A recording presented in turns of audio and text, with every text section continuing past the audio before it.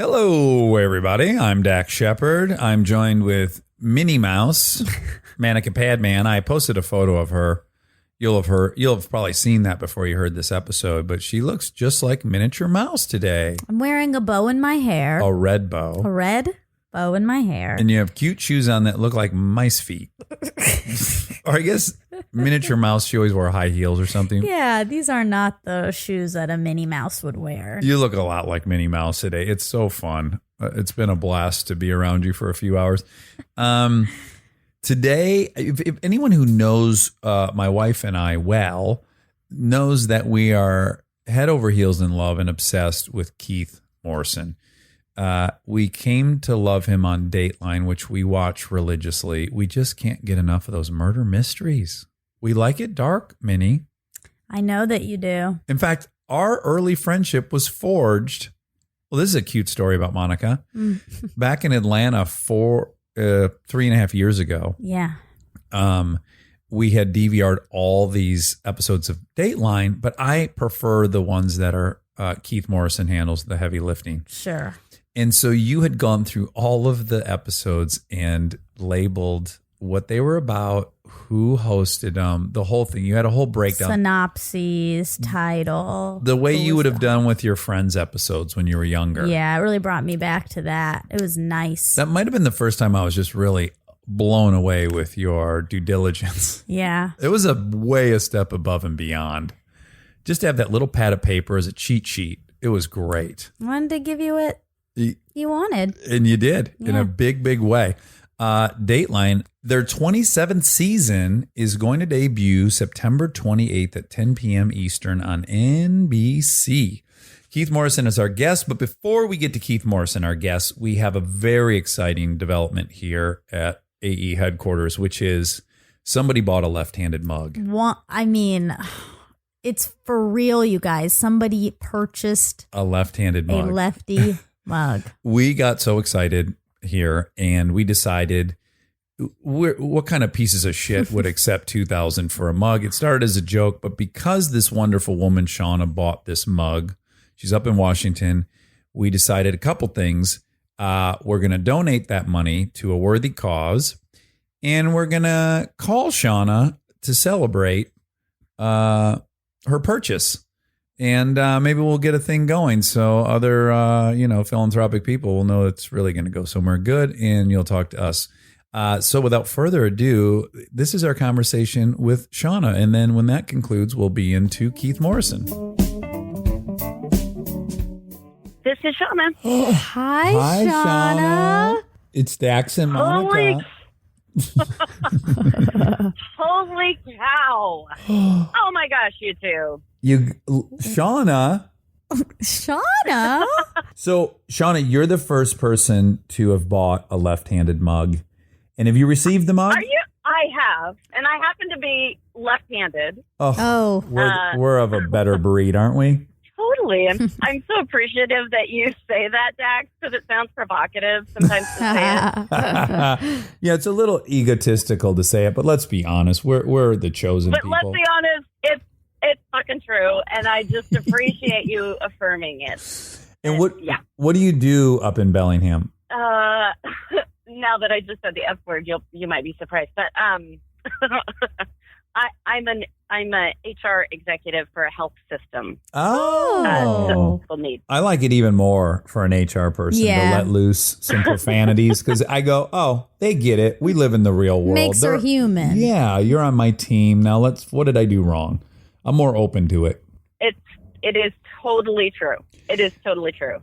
I've done it for a long time. So both the cursing and HR. Okay. Well, we are going to pay your generosity forward, and we're going to donate the money that you spent on your left-handed coffee mug to a charity. Now, is there a charity that you love that we don't feel like it's to reelect like a pedophile or something? Is there a charity you love? A non-controversial charity. An apolitical charity that you happen to love? Not the Roy Moore Fund, whatever that was. The Roy Moore Legal Fund. Oh my God! Do not make my head. Defense Fund. I'm super passionate about homelessness, particularly folks where there's a lot of homeless stuff that's respite, but ones that are specifically dealing with families, because homelessness, similar to the immigration issues, a lot of times they're forced to split families up to provide respite housing. And so there's a local nonprofit, Lydia Place, that deals with specifically keeping families together, especially if mom or dad have a conviction and they can't get into regular. Anyway, I could send you some information. That's great. That sounds great. Because that's kind of what PATH does in LA here, is they get families housing. Totally. Okay, so it's Lydia's Way? Lydia's Place. Lydia's Place. They are a United Way partner agency, and they are not Kukaluka. That's a technical term. Nor are they associated with any specific church, religious. Yeah. Church. That was the word I was looking for. Yeah. Yeah. No, nah. Fantastic. No. Well, we are going to then pay forward your humongous generosity. We also, you probably can't imagine the elation that happened. It was like a bomb went off, because my sister learns of this first. My sister Carly receives the orders, and she just started spastically texting us, someone bought a left-handed mug. And then we were then calling each other, and then my wife was in on it, and everyone was just, we were so excited. Yeah. It's really exciting. That makes me so happy. I'm going to sound like a gusher. Well, obviously I sound like a gusher if I bought a $2,000 mug in the hopes that you would pay it forward to charity. But I believed I knew you well enough that you would. But I have told so many people about this podcast. I'm sure some of my friends are like, just marry it already. Like, shut it. You're a one-man street team? Oh my God, I know. It's like, okay, that's enough. But I think it is so important. I mean, just your ability to express strong, passionate opinions on controversial topics without drawing blood and maintaining and going there. I think people have gotten so scared to engage in discourse with each other, because they just think there's nowhere, this can't end well. And you express love really freely to each other and your guests, which I also think is really, really important. This makes us so happy. And we're going to come up to Seattle, and we very much hope that you will come to our show, and then we will make sure to point you out and embarrass you and then celebrate you. I'll be recruiting fellas in the crowd to make Hanukkah signs. So. Can't wait. Okay, fantastic. Well, I think I speak for both of us when we say we love you. Yeah, we love you. Thank you. So generous. And we will love you too. Definitely see you in real life in Seattle. Sounds awesome sauce. Okay. And again, you have my permission to extract my DNA and make a clone of me. If you meet someone who does cloning, it's there for the taking. We're just still waiting for the results of your 23andMe. So I can't wait for that podcast. And we love you. We love you up here, and I love you guys huge. Okay. Bye-bye. Bye-bye. We get support from Quince. Have you been wearing the Quince linen shirts? Yeah, I've been wearing them a suspicious amount. Yeah, European linen ones, they're $34, which is genuinely insane for how nice they are. It doesn't even make sense. Well, here's the deal. They work directly with the factories, cut out all the middlemen, so you're paying for the actual quality and not some brand's marketing budget. Everything's 50 to 80% less than comparable stuff. I love it because it's all very classic and traditional, and I know I'm going to be able to keep it for a very long time, and the quality's off the charts. That's true. The style is very consistent. Whatever you get there, you walk down the street, you're going to look good. They have these lightweight cotton sweaters, which I love for when it cools down at night. It's nice drape around your shoulders in the summer and then throw it on when it gets a little cool. And it's not just clothes. They do home stuff, ding, ding, ding, travel stuff, everyday essentials. It's all the same model, quality without the markup. Make your summer wardrobe easier. Go to quince.com/Dax for free shipping on your order and 365-day returns. Now available in Canada too. That's QUINCE.com/Dax for free shipping and 365-day returns. Quince.com/Dax. This episode is supported by Helix. All right, let's talk about something we both really care deeply about, sleep. It's the most important thing. I've had my Helix mattress for years now, and I genuinely think it's one of the best investments you can make for your home. Mine still feels just like it did when I first got it. Well, that's the thing. It's not one of those mattresses that caves in after 6 months. These things are built to last. And, I'm a side sleeper. I ordered a side sleeper, and I get hot, so I have cooling. And I can't tell you how much more comfortable it is to be in there not sweating and tossing and turning. Cooling is really important. I've read that you're supposed to sleep a little bit cold. So I also have cooling. And they have over 20 models, so it's not a one-size-fits-all situation. You just go take their quiz, and they match you to what actually works for your body. Plus, they've got cooling upgrades, which heading into summer, non-negotiable. Truly. Go to helixsleep.com/armchair for 20% off. That's helixsleep.com/armchair for 20% off. Make sure you enter our show name after checkout so they know we sent you. helixsleep.com/armchair. He's an armchair expert. He's an armchair expert.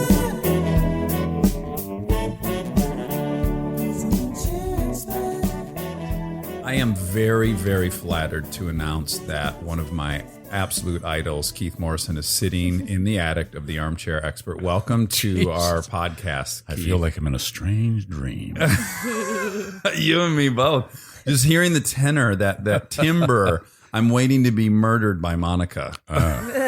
She looks capable of it. That she is. She's an overachiever, so she'd probably have me diced up in minutes. Yeah. I've not been able to ever do this with a previous guest because I've not ever written a tribute to a previous guest. Well, you stop. But do you? I don't even know that you were aware of this, but the Dateline folks, knowing I was such a huge fan of yours, when they had their 25th year celebration, whatever you guys just celebrated, Yeah, it's something like that. they asked if I Long wanted time, anyway. Yes, decades. Uh, They asked if I would write a tribute to you. And I did, and it was published in a magazine, and I doubt you've ever heard it. well, I did. You I did. didn't hear it, but I saw it. You And saw it. I didn't know. Are you allowed to swear on that? Absolutely. Yeah, you Yeah. can really get into it here. I read that and I thought, I don't know whether to shit or go blind. That man said those nice things about me. Shit or go blind. I'm definitely going to use that. But anyways, and I know this will embarrass you, but that's just the price of doing this podcast. But I'm gonna now read my tribute to you, just because I think it's a really good introduction to you and why I love you so much. Okay, this is the tribute. My love for Keith Morrison started with the obvious things that attract most everyone to him: his appearance and style, his vocal acrobatics, the poetry behind his storytelling. But somewhere around my 100th episode, his subtler, more nuanced qualities began to surface. His ability to lean on almost any surface, barbed wire, fire, wind. Yeah, right. His high-octane brand of empathy, and his spot-on eye for pairing any environment with the perfect leather jacket. He is that unique blend of scrappy hustler and honed professional, an intoxicating mix, to say the least. Were you drunk when you wrote that? No, but I do feel like I channeled you just with the last line, to say the least. Doesn't that sound a little KM? Well, perhaps. Yes, perhaps. This is wonderful. It really is. I don't think there could be a more auditorily pleasing guest to have on. Yeah. You could just virtually just read passages from the encyclopedia. Say words. All right, both of you immediately. I mean, all right. But let's just bring everyone up to speed in case you've missed any of these things. Kristen and I are very obsessed with you. And as I say, I don't know whether she should go blind. Right. But what a wonderful person. I spent a day with her, as you know. She interviewed you, right? Yeah, she interviewed me. It was a fun little thing. Yeah. But I was so impressed with what a really bright, perspicacious sort of person she is. Yes, she's hyper talented. It's not easy to live with her. It's like if you were... I was going to say that's what I thought after the thing, but no, I wouldn't say It's like if you were a bench player in the NBA and then your roommate was Michael Jordan. It's just a little bit... It's a bit of a reminder daily of the gap in talent level. Oh, get out of here. But... Yeah. She loves you beyond belief. And in fact, I regularly list her get out of jail free cards, and you make that list of 5. And I think that makes you uncomfortable because you're a happily married man. But suffice to say, Probably that is the age true. of her, it could be her grandfather. No. I don't she's, think so. She's old. She's 37. old. So old. God, that's old. Yeah. Holy cow. See, doesn't that change things? But we did come to know you on Dateline, which we became obsessed with a few years ago. And then immediately we were just completely drawn to your segments. And you're going to think I'm blowing smoke up your ass, but this is a sincere evaluation from my perspective of what makes you so great at that job. Did you ever see Usual Suspects? Yeah, I think I did, but I probably forget much of it. It's great. It's Kevin Spacey is playing Kaiser Sose, and there's this group of other guys, right? Right. And one of the guys is Benicio del Toro, the actor. Yes, right. And it's a nothing role. There's nothing there for anybody to do. Mm-hmm. Any other person would have been completely forgettable, right? He has no lines. So he chooses to kind of stutter and mumble his way through this thing. And all of a sudden, he's the most compelling character in this great ensemble. He made a mountain out of nothing. Mm. Your job could very easily just be exposition, moving the story along, and yet you're such a huge component of why it's enjoyable. It's so unique. It's the weirdest brand. True. It truly. I say this sincerely. Well, I know. Gosh, it's very nice. Yeah. Did you go into that job? Obviously, you had a lot of experience in broadcasting prior to that. Yeah, I'm extremely old. No, I don't think it's true. so. And I haven't painted a fence in a long time. You haven't. No. What's the last bit of manual labor you did? Oh, gee. Well, tying your shoes. You don't even do that. I noticed. You wear slip-ons. Slip-on shoes. Yeah. I managed to avoid it all. What if I noticed when you were leaving that the back of your outfit was Velcroed? It was just a one piece that you slid on. It's not a bad idea, actually. I should work on that. So manual labor. Have you done any recently? No, not lately. No, okay. No. You don't have any kind of hobbies that like gardening or anything, woodworking? Well, no. Okay. I used to do that. I loved woodworking years ago, and I'd build things, all kinds of things. Kids' doll houses when they were little. They had to get a dollhouse from me. Yeah, and or a cabinet or something like that. And then one day I was. My wife was went for a decade or so of being an interior designer. So she was, okay. And one of her first clients was Nancy Grahn.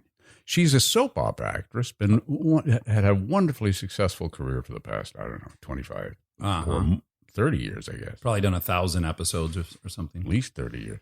Yeah, she's done a lot, and. So anyway, she was having her parents over a week or so later, and she had to get this job done, and it involved, because of the time, I guess everybody wanted to put up crown molding and their houses and dress them up a little bit. And so I was cutting some of this crown molding for her bedroom, and because the guy who was doing the job was a little slow and needed some help, and I had the expertise and I had the chop saw. Yeah. So I went over there and I was cutting away. Now, doing crown molding is very difficult because it comes out at an angle, and it doesn't all come out at the same angle. You have to figure out the angle and the way to cut it. And there's a method that I didn't really learn properly. Okay. Here we go. Yeah. Here's the inciting incident. Right. You see my thumb here? I just now noticed. Yeah, you have no fingers. So I corkscrewed the thumb. I put it under the saw. Saw blade came down. And it came off, but it came off in a kind of a corkscrew pattern. Oh my goodness. Yeah, so it was complicated. And oh no, I said. What was your actual reaction? Do you remember? It was that. It was.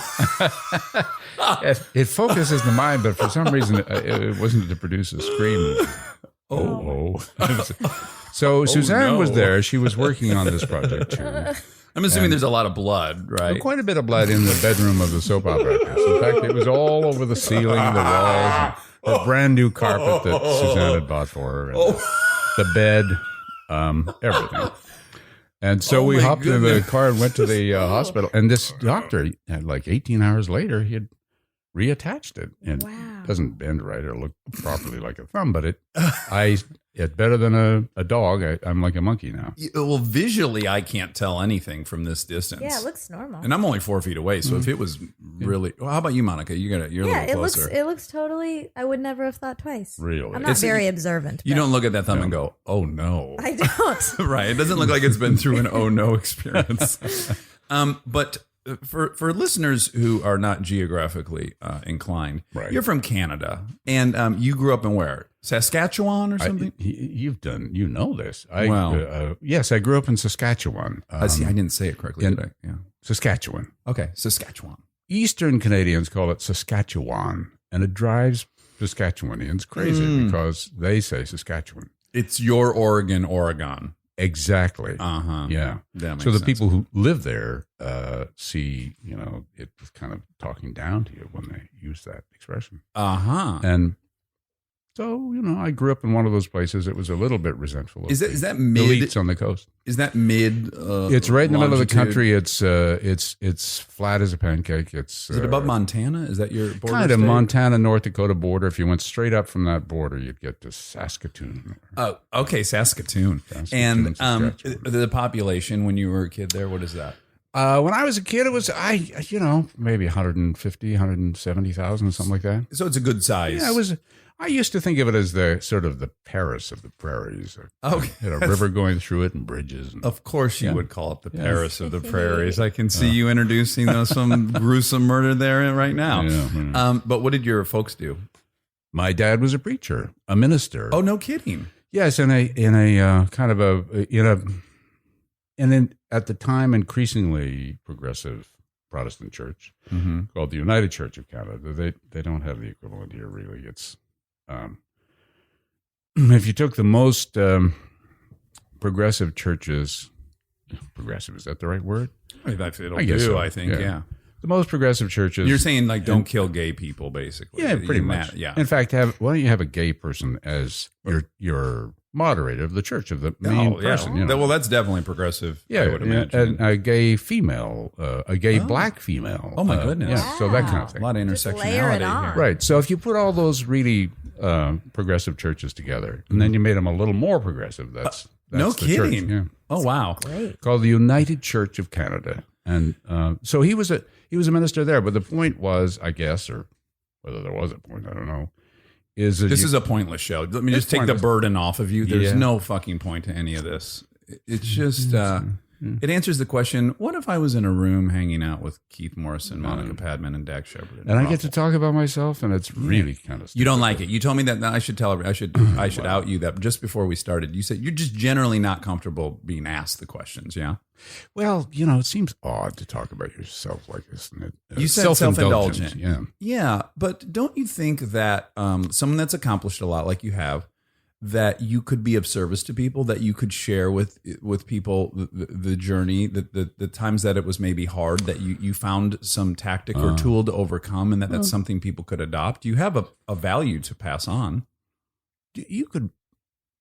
That's the arc of a story there that you've got. Do you write them yourself? I do. I'm a writer. Yeah. Well, you are. So what's mom's capacity Well, while dad's a minister? she was the choir leader and the organist, so it was a team. You see. And the consequence was that all of us kids went to church every Sunday and went to the Sunday school and taught Sunday school and went to church twice, actually, morning and night. Oh, wow. Did and you like it as much as I did, which was I hated it, or did you? It was. My father was such a wonderful man that it was impossible to hate it. But it was. Okay. Here we go. It's just the seating, if nothing else. It's uncomfortable, right? Those pews, they're made of fucking plywood. I know. I feel like they're making people basically repent just by sitting. It's like a weird. Do you agree? Get out of here, yeah, that kind of thing. Do you think it's by design? Oh, I don't know. Could be. I don't know. Could be. It wouldn't be that challenging to make those things comfortable. McDonald's has figured it out. Some of them do, but they sort of feel as if they're bypassing the part where because there's a sort of a penance involved. Yeah, that's what I'm saying. It's like you got to earn it or something. Yeah. Or maybe it could be to stave off people falling asleep, because it could get boring at times. And if you're too comfortable, maybe. Could be. It's like a talk show. They keep it at like 58 degrees, right, to keep that audience awake because they'll lose people, Right. if it's warm. Oh, is that why they do it? No, of Yeah, course, yeah. Okay, so mom is running the choir and she's the organist. Yes. And I was in the choir. Oh, you were? Yes. And so you had to do all these things. And in the end, it was incredibly beneficial because these are all things that are extremely valuable in my line of work. You learn how to speak correctly, how to speak to crowds of people because, as we grew up, we'd be allowed to read the lesson or something like that, or, teach a bunch of little kids about something. So you're learning those skills and you're learning how to sing. And my mother used to have this expression, which was, the cadence is everything. The way you emote, or the way you, a musical way of singing and talking, will pull people into your, will get people hoping that you succeed as you perform for them, because they're into it. Yeah. They're rooting for you. Right. I mean, that was the notion she had, and I think. And then I'd also imagine another benefit that applied later in life was that you're also dealing with a cross section of the community. You're not siloed in whatever socioeconomic bracket, right? It's probably attracting. Sure. Yeah. Oh, I interrupt people all the time. No, it's a very bad People habit. complain about it on Twitter all the time. Do they? I'm just so excited to talk to people. Well, and you're exciting to talk to, so there you go. Yeah, so you have carte blanche to interrupt as much as possible. Yeah.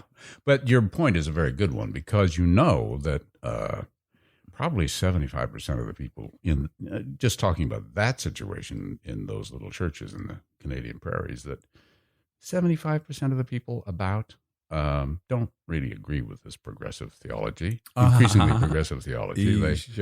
They wish you wouldn't do that. Yeah. And they have a much more, people are much more inclined to want to have a kind of a hard and fast rules-based system that doesn't change. Yeah, yeah. We're very comfortable in black and white, right? Right. That's comforting for some reason. Right. So you say things with the realization some people aren't going to like what you are about to say, so you're a little bit careful with their feelings, because if they don't like what you say, they're just going to turn you off. Right. Yes, you don't want to alienate the people you're trying to connect with, right? So that's a skill. And do you have a comfortable lifestyle as the minister and organist? Was life comfortable? You guys were no, actually, in my father's case, it was probably by choice as much as anything else. But in the many years now since he died, just talking about what a great person he was, but he really was, and he lived the message. Did he live a Spartan lifestyle? He lived a Spartan life. He was. He never I can't remember what year he retired, but he would have made the equivalent of less than minimum wage his entire career. Wow. And raised 5 kids. And did that make you covet wealth? No, not particularly. I think I am.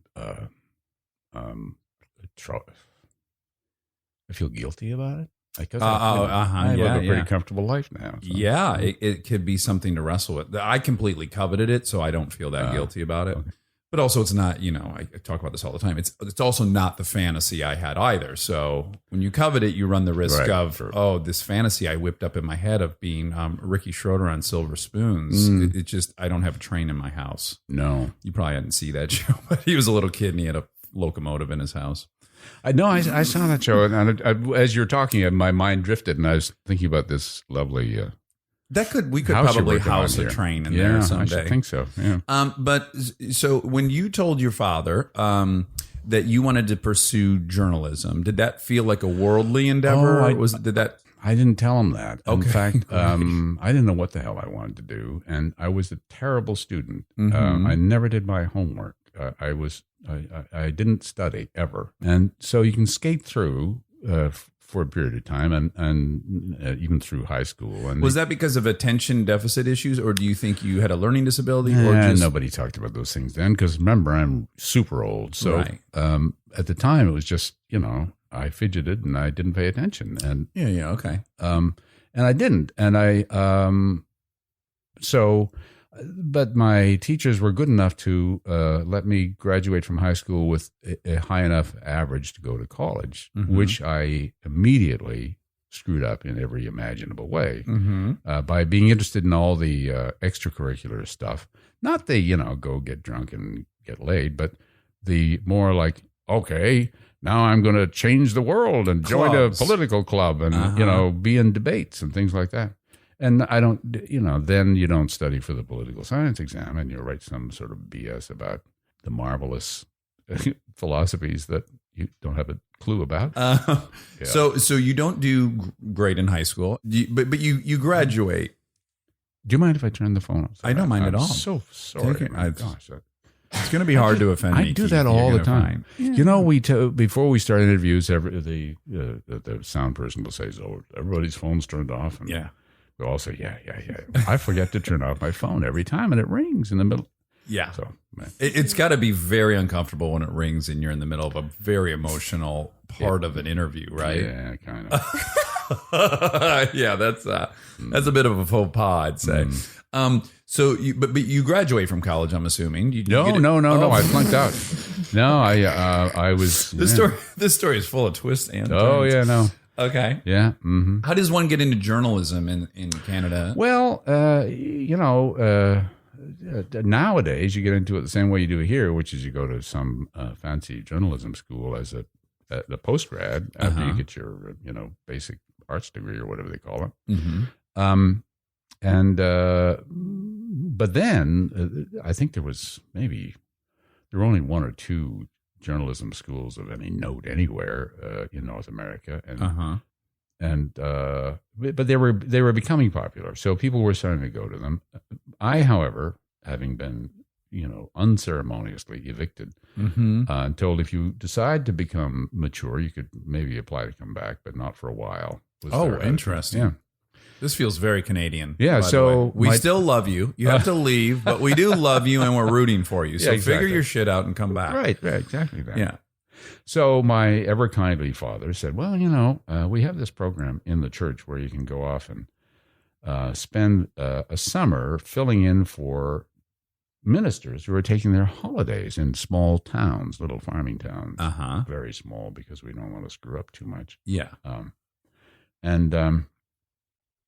I did that for a summer. You did. You spread the gospel. So at 20 some years old. Yeah, 20. And so I'd be looking out of this crowd of farmers and, salt of the earth people who had lived full lives, and many of them were in their 60s or 70s or something. And they've been around, and I hadn't. And I'd say all these things that I thought were heretical, and they'd be falling asleep in the back of the church. But you know what? But can I just say that takes a tremendous amount of balls to be 20 and get up and basically inform elder people there's a leap of faith in there. But I realized it was so full of shit that and not only that, but I didn't really believe what I was saying anyway. Okay. So, but my first official, God, it's weird talking about yourself like that. And it really is self-indulgent. Anyway, It's not. But it's so It's interesting not. for us. Yeah. so my first official function as this student minister for the summer was a funeral for an 80-year-old farmer who had suddenly died and left his wife of close to 60 years as a widow. Mm-hmm. And a farm nobody knew what was going to happen to. And it was the neighbors would come around and help. But anyway, there's a funeral. This is heavy. This is heavy. Yeah. I had to do the funeral. And so I met with the widow, all, 20 years of me, and was trying to figure out how to be empathetic and comfort her in her situation and ask her what she wanted me to do. And she started asking me for advice and kind of leaning on my shoulder. And Wow. it was a moment where you thought, boy, if you don't know what you're talking about, you better go figure it out before you start messing with people's lives. Yeah, the stakes are high and they're real. And Right. yes, this is a real human. Stay tuned for more Armchair Expert, if you dare. This episode is brought to you by SoFi, the all-in-one finance app where you can bank, borrow, and invest all in one place. Let's talk bank accounts for a second. The average bank savings rate is 0.39% in interest. You're earning pennies on your savings, but it does not have to be that way. With SoFi high yield checking and savings, the money barely making moves sitting in your savings account can earn over 8 times the national average savings rate with eligible direct deposit. No account or overdraft fees, which feels rare these days. You can get your paycheck up to 2 days early, perfect for getting ahead of a bill or grabbing what you need right when you need it. Plus, get up to a $300 welcome bonus when you sign up with eligible direct deposit. Sign up for SoFi checking and savings at SoFi.com/armchair. SoFi checking and savings is offered through SoFi Bank N.A. member FDIC. Terms apply. Confidence. It's listening to your gut. It's moving forward even when the path ahead is unclear. For nearly 160 years, Pacific Life has helped people keep their promises, building confidence for generations. Whether you're confident in your financial future or just beginning to envision it, we're here to help. Ask a financial professional how. Pacific Life, the power of a promise. Pacific Life Insurance Company, Omaha, Nebraska, and in New York, Pacific Life and Annuity, Phoenix, Arizona.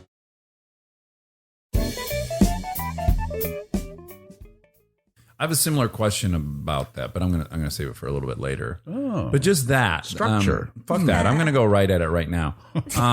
We can zigzag. I have to imagine. Well, let me just. I'll give you an example. So there was this popular show, Loveline. It was a radio show, and Dr. Drew and Adam Carolla were the hosts of it. Yeah. And 14 years ago, I went on it to promote a movie. Okay. And then you start taking calls from real life people, right? And these are real problems, you know. Someone's got syphilis or whatever the things were that they had, and I had a really hard time navigating being funny, doing what I'm there to do, which is to be funny and entertaining, and then also reminding myself regularly, there's a real human being on the other end of this phone call who's panicked about this thing, and that's real. But I actually have to, as a mental exercise, force myself to go, this is real. Do you ever get caught up in the production of your show? And you're managing a lot of things because you produce these things. And there's lighting and there's the time and there's audio. And do you ever find yourself having to bring yourself back to like, Keith, this is a real person. Don't forget that. Well, I'm really, really lucky in the respect of that this program is so well organized and highly functioning, having practiced for a long time doing this. I tell people, we're just going to sit here and talk. I don't know what the hell these people are doing around us. This lighting stuff, they say they're ready, but they're never really ready, and they want to tweak their cameras. I don't know what the hell they're doing. Yeah, and I don't. And I don't know what the producers are all younger and way smarter than me, and they're probably doing not something. asked to leave their college. No, they all graduated from Columbia with masters in something, or at least masters. So, and they're really, good at what they do, and it allows me to not have to think about any of that stuff. Oh, that's so nice. I enter into a story, and I've just got the sort of background of all the people there, and I can sit down across from them like you're doing today, and talk. And it's a bit of a structure to it. But you also have a job. You're not actually just free to shoot the shit with these people or you can be talk completely for as long as you want. Like if I can't get it out of them in an hour, then it's 2 hours. And if 2 hours isn't quite enough, then you just if you see the possibility that this person is going to contribute significantly to the story, you just go on as long as you want. Yeah. But you don't feel that in your brain where you're juggling an objective, which again you have a job to do there. Now whether you have the luxury of taking 3 hours or 4 hours or whatever, you definitely have a mission. Sure. Of course, yeah. And so one side of your brain is engaged, right? And that's kind of the more tactical, producer brain. Yeah. And then the other side of your brain is your emotional brain, where you're literally talking to someone who maybe lost a child or a spouse or something, right?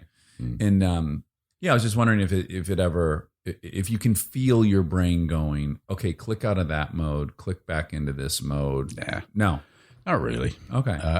Did it start that way, or did it evolve? Yes, I think it evolves, and again, it's because you've got really. I don't have to worry about all that stuff. Right. Yeah. That's pretty nice. Okay, back to college. You leave college. You bury someone. You officiate a burial, which is a lot of pressure for a young guy. And then you end up writing, right? That's your first foray into journalism. Is you write for a paper? Is that accurate?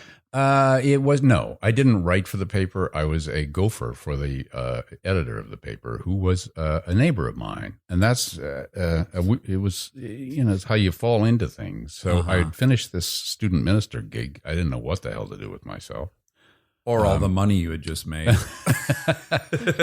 yeah. But I did have an old car, those old Volvo 544, the slope back dealios. 100%, yeah. B16, the sort of cheapest version of that. Yeah, those are cool. They are now. They weren't then. So I had one of those, and I ran most of the time. But my neighbor up the street was the editor of the local newspaper, and he didn't drive. For whatever reason. Sure. And, Yeah. And but really what my job was to get the mail, to pick him up, to take him to work, so on. Yeah. But it was an introduction to the business. But the thing that made the reason, again, I had nothing to do with getting into broadcasting. Okay. My only responsibility was to pick up this old kind of grumpy guy, take him to work. He would have a bag with him. One was in the bag was a bottle of glue, and a bottle of some spirit. And wonderful. So this is great. But he was an old-fashioned editor. What he would do is somebody would write a story, and he would look at it and say, "This is shit," and he'd cut it up into little pieces, rearrange it so the structure worked better, and then glue it all together on another piece of paper. So he did have a genius for that. Yeah, and he was an admired guy, really good old-fashioned newspaperman. But he reached the retirement age of the paper right around the time I was driving him, and had to go to and took a job as the news director of a radio station. Oh, okay. In Saskatoon. And he obviously needed to be transported there as well. He did, and so that's really when I started. So. But did he discover that you had a knack for something or something special? I just thought, boy, I could do this. Listening to people read the news on the radio, and it sounds kind of cool. Yeah. So, and I went to see the guy who was running the radio station, and he said, "Have you ever been to journalism school?" And I said, "No." And he said, "Good. Wouldn't hire if you had." Oh, really? Yeah. That's great. So it was good, and the editor would send me down to magistrate's court, and there you again run into the real stories where people have done some. They had a moment where they did a bad thing, and they are appearing before this pretty grumpy judge in the morning, and he's giving them a punishment of some kind. It's still a small enough town that stuff got reported, and the kind of media where a rock and roll radio station had a 6 or 7 man news department. News department, no women allowed. Oh, the good old days. Yeah. So, no Monicas. That must be nice. Right. How dare you? This would fall apart without me. I know. Yeah. So I'm gonna fast forward. You end up getting a very legit job as a reporter, right? And the thing that, if I'm right, that kind of propels you to some notoriety and acclaim is that you end up covering the Yom Kippur War. Is that accurate? Yeah. Right. I got there. What is that, 73? 73, yeah. Okay. November 73, I got there sort of 2/3 of the way through the thing. So had anything prepped you for that? Had you been on location like that? Had you been to a war zone? Had you? Not a war zone, no. I mean, I'd done my international reporting. Had been in Detroit, and I went to Cleveland in 71 when the river whatever year when the river caught on fire. Yeah, did sure. that. Went, first time was I was sent down to Minot, North Dakota to do something or other in some meeting, and wound up at a party instead. Yeah, too young. But so where were we? Yom Kippur. Yom Kippur, yeah. So where did you go? Syria or Egypt or Israel? By that point, it was the Israelis had kind of resumed the upper hand, and they turned the tide back. Like day 6 of this war or something. Yeah. Later, maybe. Anyway, so we positioned ourselves in Tel Aviv, and really were reporting from the Israeli side. And they drive us up one day to the Golan Heights, where there were still battles going on, and then the next day we'd go down to the Egyptian front, which pretty soon turned into negotiations at a place called Kilometer 101, and there was a tent with Israeli generals and Egyptian generals, arguing it out over where the demarcation line should be and what the rules of the game should be. And one time a firefight broke out, I don't know, maybe a mile or so from the tent, and you saw that was actually the thing that really sticks in my memory and kind of gives you hope for the humanity of mankind. These two generals, or two high-ranking officers, one Israeli, one Egyptian, came tearing out of the tent and hopped into a Jeep together and roared off and stopped that firefight. Oh, really? Yeah. Oh, wow. And you witnessed it. Yeah. Did you get that rush of like, holy shit, I'm actually in a war. I've only read about this or seen this. I'm scared shitless. Oh, okay. I hope I get through this okay. But also, I mean, I don't know. Some people are really good at covering conflicts and wars. I'm not one of them. Okay. What kind of people were you interviewing? Are you talking to Israelis or just everyone? It was easy to talk to the Israelis because we were everything because of where we were positioned. Everything I wrote and every picture we took had to pass through the Israeli censor before we could send it back to back to Canada, and that was. Normally it wasn't too hard, but you couldn't really. There were some things they didn't want you to talk about. Right. I'm not telling tales out of school. That's pretty normal that a country in a conflict doesn't want you to tell stories from the other side. But that's a unique place, and all we had to do was leave our hotel room and walk 2 or 3 blocks, and you're talking to a whole different group of people who have an entirely different point of view about the way things are. And so we spent a lot of time during our time there with Palestinians and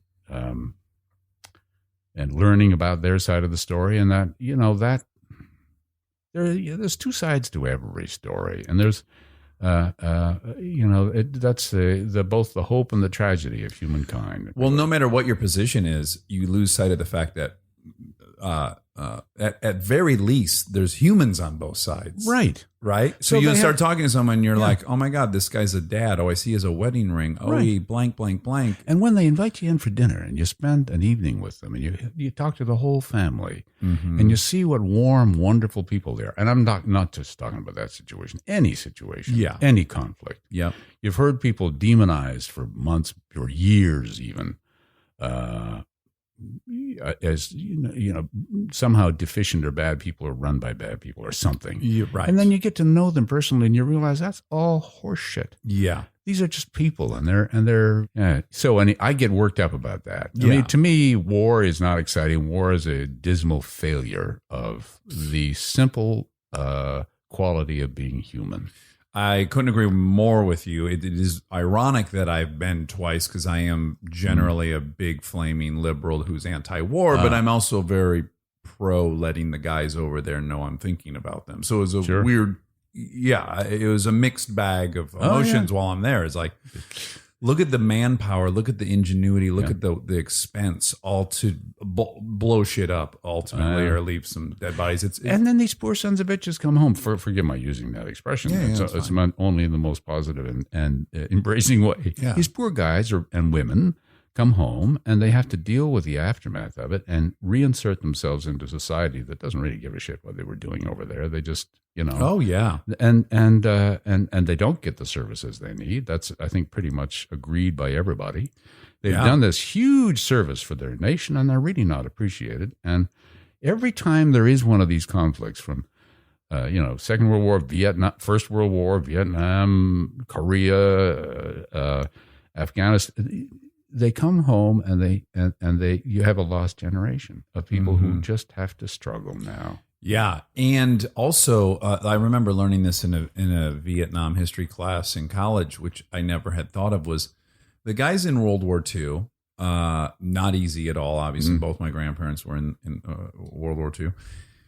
The amount of combat they actually saw versus the time they were there versus the Vietnam War was like tenfold, right? So the guys in Vietnam were seeing way more actual combat. And then not only that, the guys in World War II, they took a boat home, right? So they're leaving the Philippines or wherever they were based.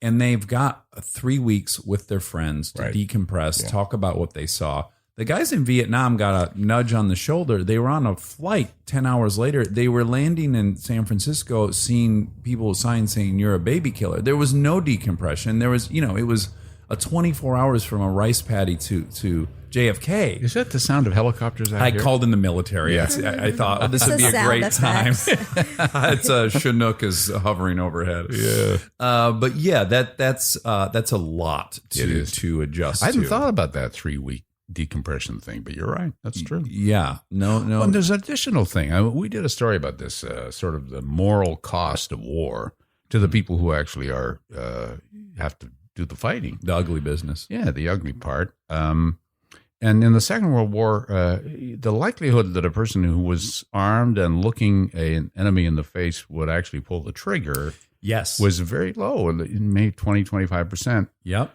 They wanted to up it. It got up to 50% at Vietnam. Yep. It's up at 85, 90% now because of the, deliberate training that they get to make that happen. I read a great book written by either Annapolis or the other military academy. What is it? West Point. Psychologist professor who's also a vet. And he wrote a book called On Killing. Yes. Yeah, Did you read that? That was the book that formed the basis of our story. Okay, great. And what they talk about in there, which it's really, it has a broader thing to think about just as a human being, which is what would happen was two really fascinating things is we think of our brains as being wired for flight or fight, right? We're either going to kill someone or we're going to flee. Right. But that underestimates the two other categories, which are posture and submit. So if you look at battles between animals in nature, you'll find that 90% of the time a bear raises up on its back, hind legs, it growls, the other one cowers, right? Mm-hmm. And then that bear, they don't fight. So that's a built-in mechanism to resolve that conflict without either flight or fight. And humans have that too. Sure. Yeah, so in trench warfare in World War I, they're seeing a guy run at them with a gun, the gun's firing, it's making a loud noise. Your brain's telling you that's posturing. Yeah. So I'm going to submit. I'm going to go still. I'm going to put my head down, and then I'll be safe, right? That's very hardwired. I'm not going to fire my gun. I just want to submit. Right. Also, when your blood pressure raises above whatever your heart rate, above 160, all your thinking shifts from your frontal lobe right to your midbrain, to your reptilian brain. And you're no longer, you can't make decisions like you and I would normally make decisions. Right. You're just in instinct mode. So yes, they train guys out of that. They train guys to act while they're thinking shifting to midbrain, and they've been really effective at it, and it's crazy. Yeah. Okay, so you cover the Yom Kippur War, and you win some awards, and you get attention, and you get a pretty good job off of that. It's going well at that point, right? You're gainfully employed, to say the least. Yes. Yes. And I got a job at the network. I was hired. It was a kind of a sit on a hard church bench for a little while until we decide whether or not you're a serious person, and then we might give you a really good job. So it was, I was hired by the network, but as the overnight writer to write the news for the morning show. Okay. So I'd come in at 11 o'clock at night, and I felt that I was getting pretty good at honing down a complex story to a 15-minute tell that the anchor would read. And then after a few months, I took over as the morning news anchor on the Canadian morning show. And then in fact, I was a weatherman at a station in Vancouver, in addition to being a reporter. So I'd go out and cover the harbors and labor disputes during the day, and then in the evening come back and be the happy weather guy. Tell him the weather's going to suck. I mean, primarly your job in Canada is to say this weather sucks, right? Certainly Vancouver. Yeah. It'll be rainy. Yeah. When do you set your sights on America, the USA? You never did. No, there's always among many people working in Canadian television, there's Peter Jennings went to the States, and boy, look how he did, and Morley Safer, and a whole bunch of people. It's the big show, right? Like in sports. Yeah, exactly. But with me, it was just like, again, falling into stuff. I was at the time, I'd moved over to the CBC, the mother corporation, the kind of government-funded. That's your equivalent of the BBC? Yes, and it was in those days. It was the Canadian Big Show. So I was doing I was co-hosting and reporting for an every evening current affairs show called The Journal, which the junior co-host, I should say. Okay. The main co-host was David Frum's mother, Barbara. You know David Frum, the conservative commentator? I don't. Embarrassed. He was the guy who he was credited with coming up with the line "the axis of evil" for George W. Bush. Oh, really? And he was kind of a punching bag for liberal media as a conservative, but now he's anti-Trump. And anyway, he's kind of a public intellectual in America. But at the time, he was a high school student in Toronto, and his mother Barbara was a Canadian icon and the main host of this program called The Journal. And I was Barbara's live cutaway, I used to like to say. Oh, yeah. But anyway, I was working on that show and I was doing a story for it. And a producer of this story and I were sitting in a coffee shop or in a hotel. And this is obviously pre-cell phones. No. And I was called to the phone at the hotel, and that's like that. You're worried really? Someone died, probably. Well, yeah. I mean, they would have had to contact somebody at the office at the CBC, and they would sort of know where I was staying and might direct a call if it was important. So I went to the phone, and it was somebody who wanted to connect me with the general manager of the television station in Los Angeles, KNBC. And so this weird thing happened, and he wanted me to come down and see him. And it was like that very day, that producer and I had been saying, this it's great working at the CBC. I think we'll just, we could be lifers here. Yeah, yeah. At the time, I was very happy, very comfortable. I was married to this wonderful woman who had been Pierre Trudeau's press secretary, and we were. I was going to bring that up. Children like crazy, and just having a wonderful time. Yeah, your first wife worked with the first Trudeau. My current and first and only. That's fantastic. Well, she is still your. I guess it wasn't too erroneous. She is your first. She's just your only. She's my only. Let's put it that way. There was a first, but anyway. Moving on. Right, anyway. She worked for the first Trudeau, and he was a big hero, right, in Canada. He was, yes. They had this Trudeau-mania. Trudeau-mania. And he was a lightning rod figure in Canadian politics. If people were asked who was the most, I mean, there is Trudeau up here somewhere, and then the rest of them kind of vie for second. But is it fair to say he was like the JFK of Canada? I think so, but he was in power a long time. He was in power 15 years. Voted out once for a year and then back in again. But he was divisive as well as being loved. So he was loved and hated, but more loved than hated, and thus his electoral success. But he was, without doubt, the most brilliant person in whose company I've ever spent any time. And whenever I interviewed him, he would, which wasn't very often because one didn't get to interview him very often, but it was like a game to him, easy. And he would delight in kind of dancing around reporters, and just you feel like you're soaking wet and feeling quite ridiculous by the time the thing was over. Really, while you were saying that, I was paying very close attention, but I was also doing the calculus in my head of why. See, you weren't really paying much attention. No, I was. I could repeat most of it back to you. I think you were soaking wet with perspiration as he outfoxed you. But I think the reason I said your first wife is I'm also aware of the fact that you're Matthew Perry's stepfather. So I guess I assumed that you married a woman later who had already birthed. Yes, right. We had both been married before. Okay. In fact, the son who lives in Toronto is my son with my first wife, and Matthew is Suzanne's son with her first husband. How old was he when you came into the picture? He was 10-ish. 10-ish. Yeah. Okay. I can't remember what he's 9, 10, or 11, but in there somewhere. Yeah. Now, I'm going to get personal, and you don't have to answer, but I once dated a woman with a child, Yes. and I fell in love with that child. Right. And that's when it got very complicated for me, because it was easy for me to stay out of the fold when I was not in love with this kid. But once I was in love with this kid, I very much wanted this kid to turn out well. And then I found myself butting in places I probably should not have. It was hard for me to love someone and not want to help guide them as well. Right. What I realized in that moment, because I've had many stepdads, Yeah. it's a much fucking harder job than I had given it credit for. You've had many stepdads? Yes, I have. This is totally, plethora. it's totally 180 of the way it should be today. I mean, you'd be a fascinating person to interview.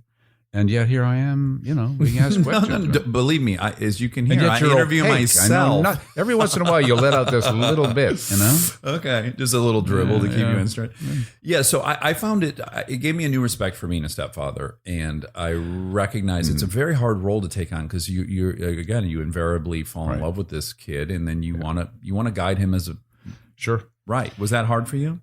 Well, here's the thing about Matthew. He is he's a remarkable guy. He's kind of a force of nature, Right.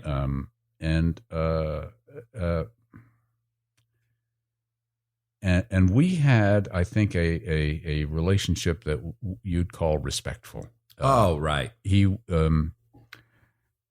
Because he wasn't going to be guided. Right. He made it clear that's not the role I want you to fill. Right. And he'd had, not stepdads, but other men had been in his life and had tried to mold him in ways he didn't want to be molded. And he's pretty good at indicating, no, that's not for me. Yeah. But he's extremely bright. Mm-hmm. He's extremely talented, and he knows where he wants to go. Right. And when somebody is that way, you're inclined to want to, okay, I'm going to stand back and watch this kid and see how he does. And Well, I applaud that was your approach, because my last stepdad, who's my current stepdad, who's been my stepdad for 24 years or something, he was the only one that did it right for me, which was he didn't try to guide me. He's like, I'll just be here. You want to chat? Cool. If not, I'm not, And that's exactly what I happen to need. And again, even though I witnessed that, I found it almost impossible to take that approach. Parenting is a very interesting thing, isn't it? Yes. You never know when you're doing the right thing or not. Right. And you've had a couple dozen kids, right? I mean, you have a lot of kids. 32. 32. How many kids do you have? 4? 6? 6. 6 altogether. Yeah. Right. Yeah, and I assume you learn a lot as you're going, right? I have 2 little kids, and we're certainly learning hourly. Yeah, you're learning how much you're never ever going to learn. Yeah, and it requires a certain resignation, right? That you're not going to do this perfectly, and that's that. Yes, I think that's rule number 1. You understand you're never going to do it perfectly, but you still have to. Every day is a challenge to get it as close to perfect as you can. Yeah, I think anyway. So as you tell your story, you weren't sending your resume out to everyone in Los Angeles. You're sitting at a bar, and the phone rings, and they invite you to Los Angeles. Yeah. And you decide, and you have to tell your wife. And, things come along. If something comes along when you're ready for it to happen, like I had just said to this colleague of mine, I'm prepared to be a lifer here. But in fact, going areas where, should I go there? So I was a really ambitious person. You were or were not? I was. Okay, great. And I had spent some years trying very hard to get the next level up in Canadian television. Yeah. And it was one thing after another, going up, and then you hit a ceiling. Mm-hmm.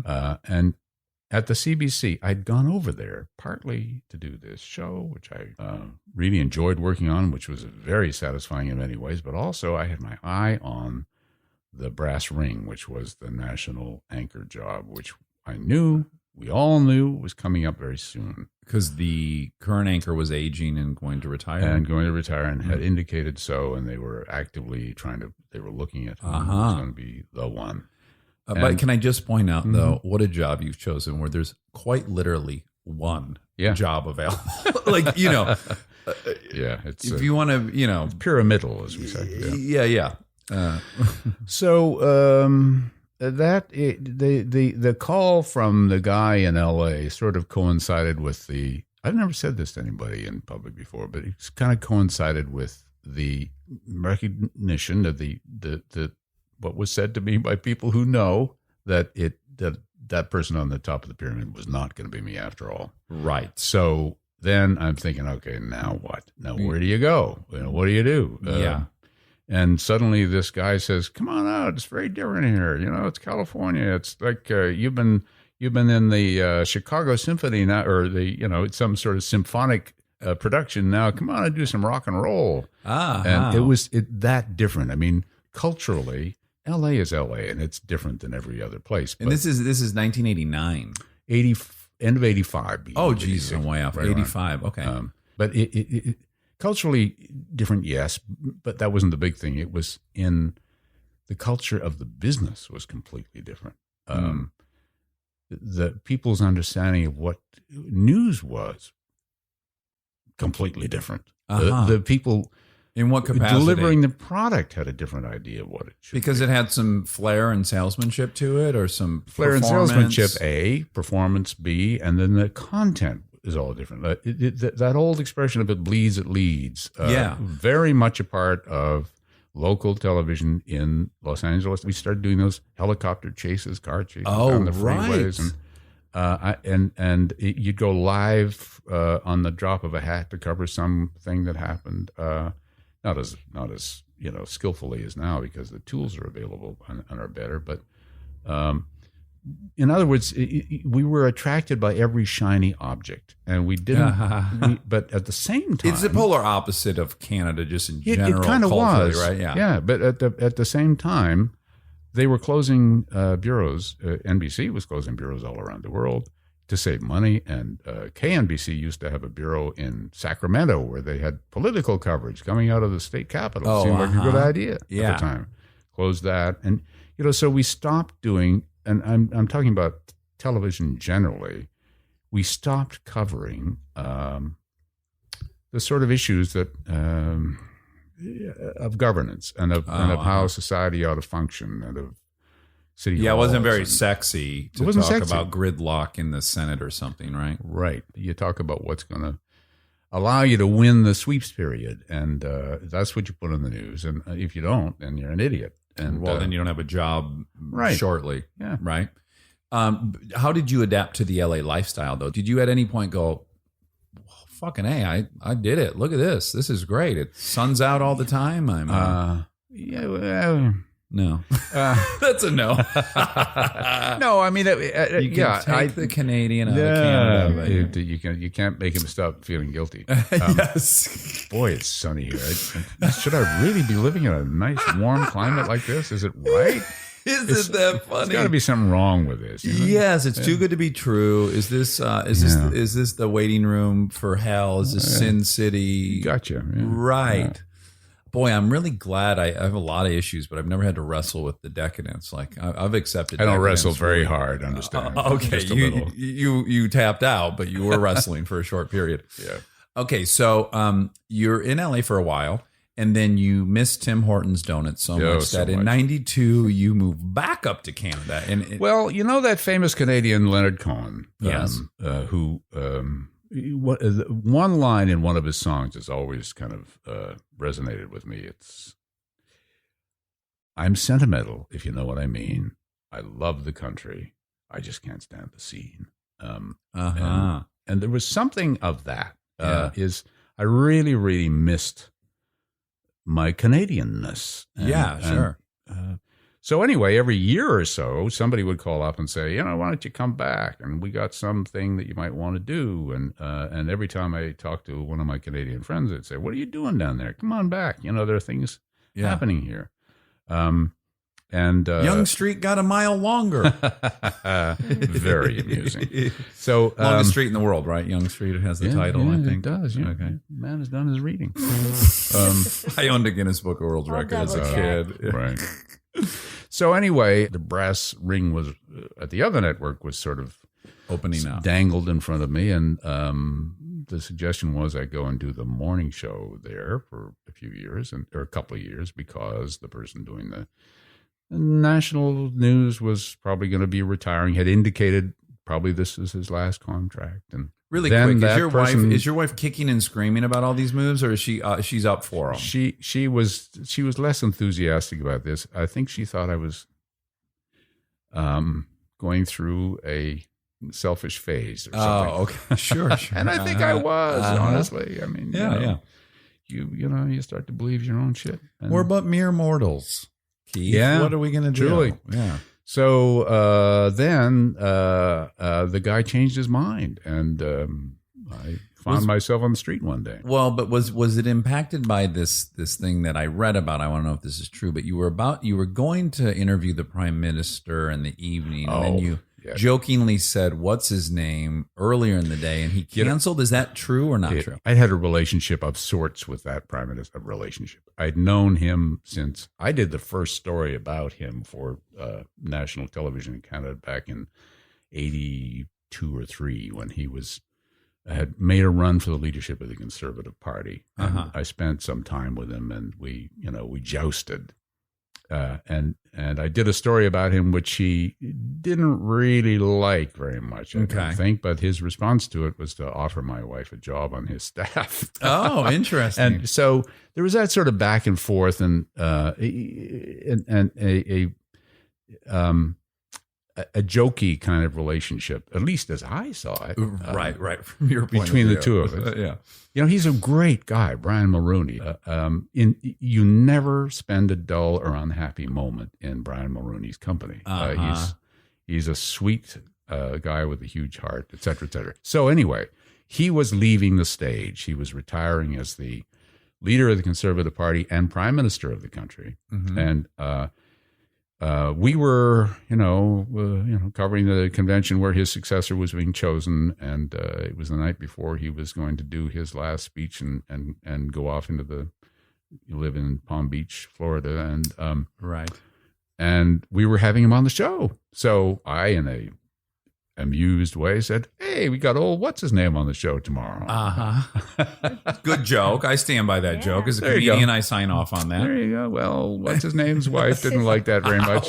Mrs. What's his name? I don't think he did either. And so he canceled, and there was a hoo-hoo about it. But that was not a long. It was straw or anything. No. Okay. No, it was somebody changed his mind, and that was that. Okay, so that's a spurious conclusion at best, that had any role in you being ultimately relieved of your duties. Man, if you're a conspiracy theorist, you can spin all kinds of things. I'm not, unfortunately. So that happens, and then do you move back to Los Angeles on your own accord, or do you get an opportunity? Here's the thing, and one of the reasons I'm happy to be working for NBC now, as I always have been, when I was doing the news at KNBC and said to somebody at the network, I'm not sure this is for me, really. They said, well, why don't you try reporting for Nightly News with Tom Brokaw and for Today's Show? And I said, sure. So I started doing that as well as the anchoring, and I loved that. Okay. So that was happening where? That was happening from Los Angeles, but in the years before I returned to Canada. So when Then when I called them up after this thing happened. I said, can I come back? And I was the very next morning, I was doing a story for Dateline. Oh, that's amazing. I went down to Pittsburgh to do a story about a woman running a shop where she fixed transmissions or something. You can remember. Now, so this is Dateline for 1 second. Your copy that you write, I wish I would have printed out a thing that Kristen. Well, often when you intro a story, I go, I don't even know if that made sense, and I'm all in. And so I make up fake ones, and occasionally Kristen will write them down. But I think we were watching one, and it was like it starts on a shot of the moon, and I said, under a hot moon on a cold winter's night. Like you'll really mix, you'll mix temperatures, seasons. But you I'm assuming you write those, right? You write your own copy. Yeah. Yes, but it's again, so good. Thank you. But truth in advertising. the older I get, the more I rely on this crack staff who Sure. they can channel me. So They can write in your voice. they will produce a script which I'll say, "Oh, this is shit. I'm going to cut it into pieces and glue it together." No, I don't. You say pull that. your glue out in your bourbon. And Yeah, but no, things have reached the stage now where I go in and I'll write a new top. I'll mess around with their, I'll change the language, but the structure is somebody else's creation, and I work around the edges and make it mine. Okay, and do you have fun doing that, or is that the homework I part have of the job? Wonderful time doing it. I Yeah. love doing it. Yeah, you're a very good writer. That's very nice of you. But to say. well, that doesn't surprise me because it sounds like your basic foot in the door was that you were condensing these stories into a very good 15-minute spiel, right? That's kind of where you started shining. So it doesn't surprise when you me. think about it, a really complicated story that would be, we do these 2-hour pieces about an They're my individual's favorite, thing. Friday nights or something, you do 2-hour ones. Yeah. And 2 hours isn't enough time. You could do a whole series. As you know, you've done these kinds of things and dwell on the little moments. Mm-hmm. When you think of taking a super, super complicated thing like the state of world peace in between or relations between two countries and all the millions and millions of little things that go into making up the reason for announcements being made. And then what you hear about it is a 15-second piece of copy some guy reads over the news. Yeah. So that wasn't a good thing. Now, it's changed somewhat with the internet, but now it's just worse and better. Other things worse also and better, changed. Yeah. But So- it's, And so over the 20 plus years you've been there, you've covered such a range of different stories, not just obviously murders and whatnot, but you've covered, Columbine, you've covered child soldiers in Africa, Right. you've covered tsunamis. Yeah. Have any of those stories changed your life? Have any of them kind of made you take stock of things, or have any of them impacted you kind of permanently? Yes, a lot of them have. I mean, Yeah. that tsunami.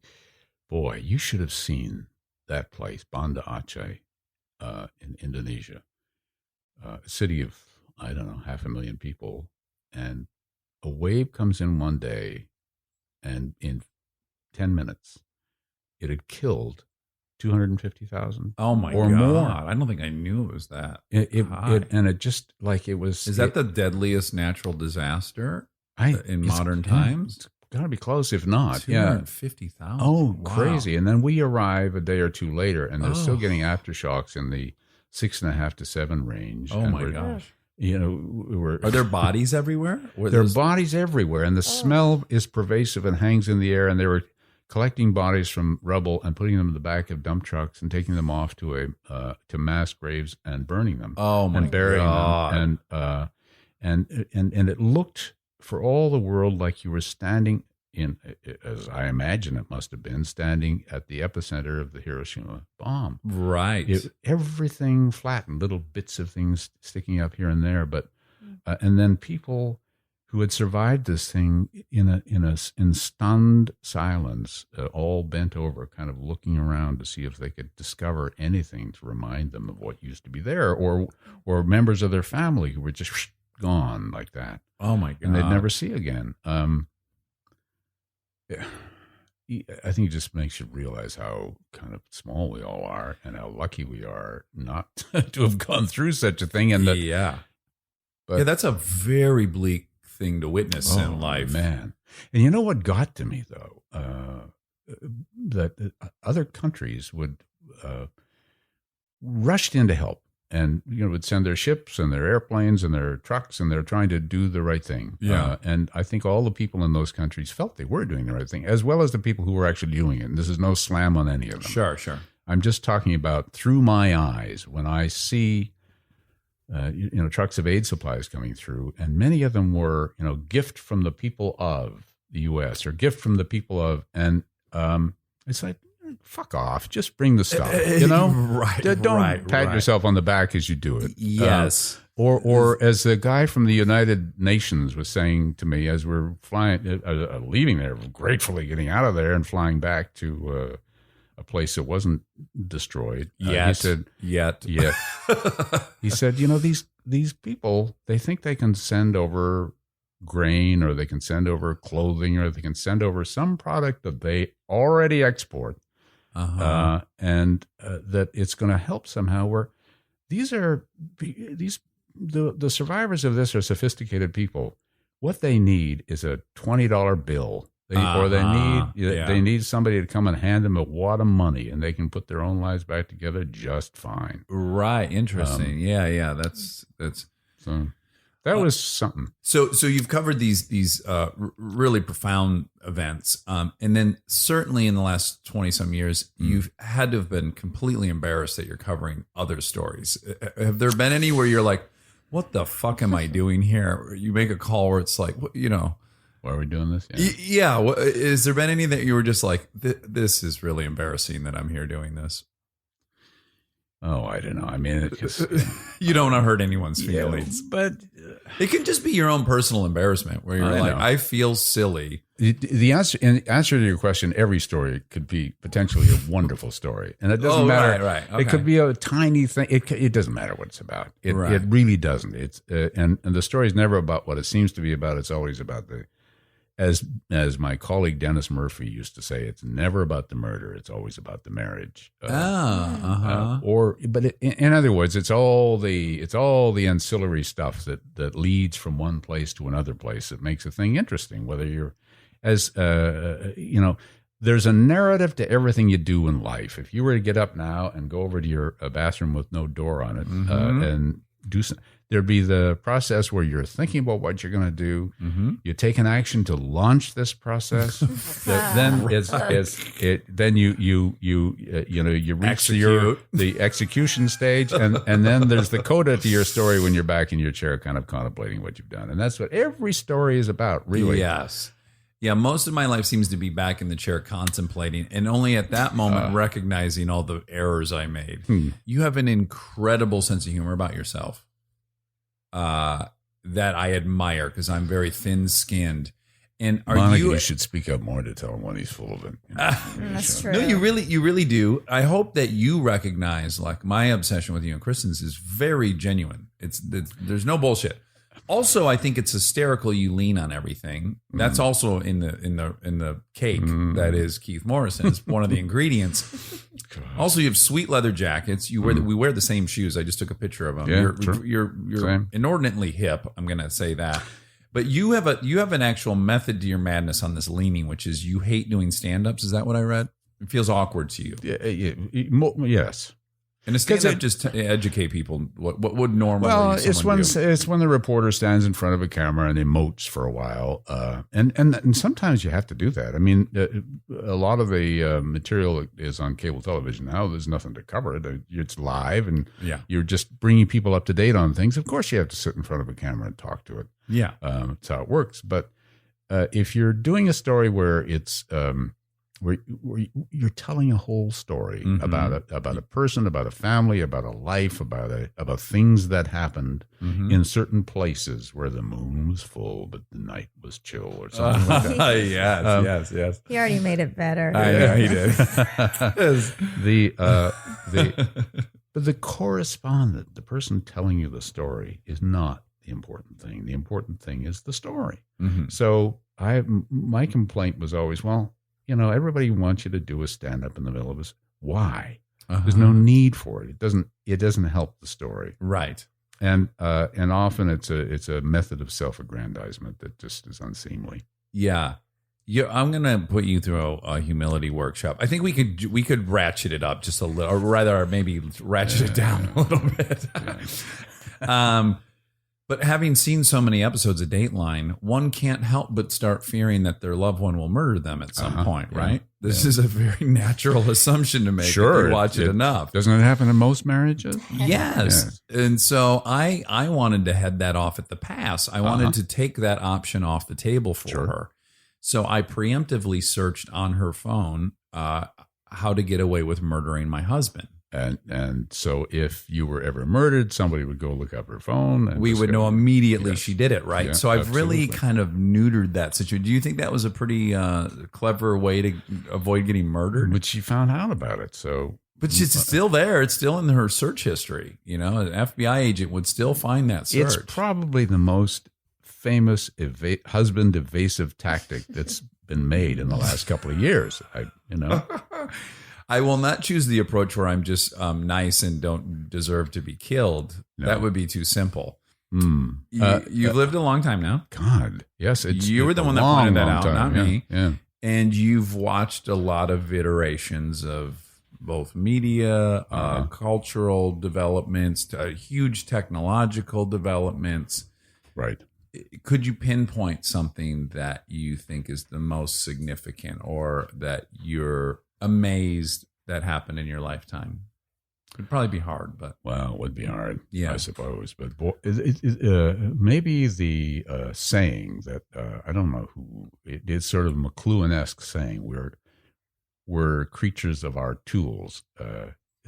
They change us more than we change them. So we had a certain kind of culture and society in the age before the internet came along, and now it's a different culture and society, and we are different creatures.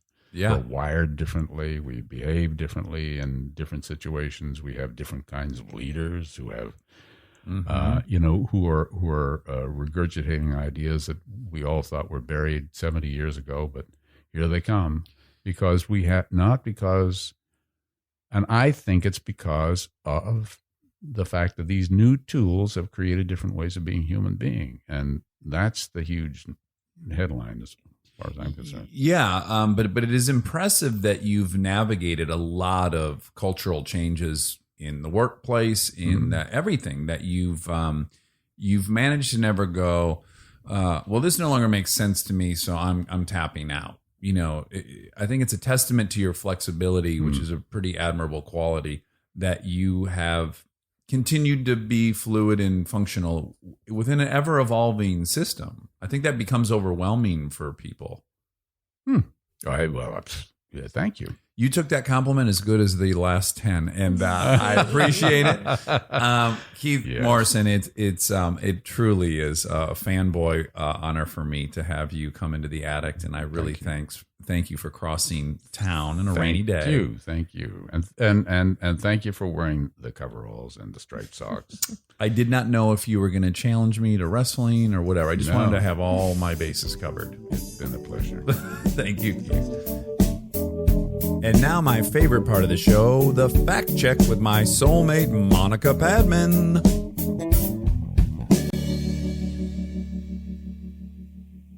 You want to take a cleansing breath before we start? Sure.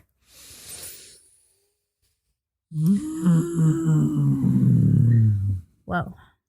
I don't feel like you expunge any dirtiness because I don't hear anything. Because I exhale. opened my mouth, so I didn't do what you did. Could you do one where you kind of No. get dirty? I don't think so. Okay. Don't worry. I let out a lot of negativity. You did in toxicity? Hmm? Okay. FACTCHECK. That's in honor of Miniature Mouse Clubhouse. It's the Miniature Mouse Clubhouse. Come inside and buy some facts. The Miniature Mouse Clubhouse. Come inside. Oh, Toodles. Oh, Okay, Toodles. Do we have any facts, oh, Toodles? Mm-hmm. Peter O'Toodles. First, I want to tell a story. Oh, great. Okay. I love stories. Mhm. For our listeners, because it didn't come up in the episode, and I wonder if it's come up on this podcast before, but for Christmas a few years ago, Yeah. Kristen and I came together to make a epic present for you, in which we took little baby Delta. She was so little back then. Yeah. And Just a little honey baked ham back then. yeah, she couldn't even talk. She could say 2 or 3 words. Yeah. And it started because one day she was at work with you at Warner Brothers, and she was like bossing people around with stomping around. We went into the sound stage where we were going to record the score, and mix the movie. And she walked in like such a boss, and I was walking behind her, and she was really walking around like she owned the place. Yeah, and then we swagger. started thinking, what if there was a baby director? Like that was really good, and she was a once in a lifetime baby director. Yep. And that was my joke. I would say all the time. And she was a baby director. You guys got together. We got together, and we made a movie about baby director. Full Most narrative. Incredible movie ever.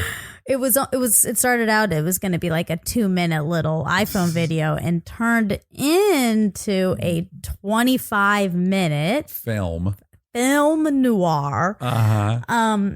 And we called in every favor possible. We sure did. All-star cast in this thing. It was a mockumentary about the rise and fall of. Correct. The making of baby director's second movie after her first big hit. By Night Night Baby? No. The first movie that she made was called No Night Night. No Night Night. Yeah, she's never wanted to go Night Night. So she used to say No Night Night. No Night Night. Yeah, so that was her first film. And you guys got Favreau was in it. Bradley Cooper was in it. The president of Warner Brothers, Greg Silverman, was in it. Yep. My agent was in it. That's right. We got... I couldn't, every time there was a new scene, I would just start screaming, laughing that you got these people to participate in this.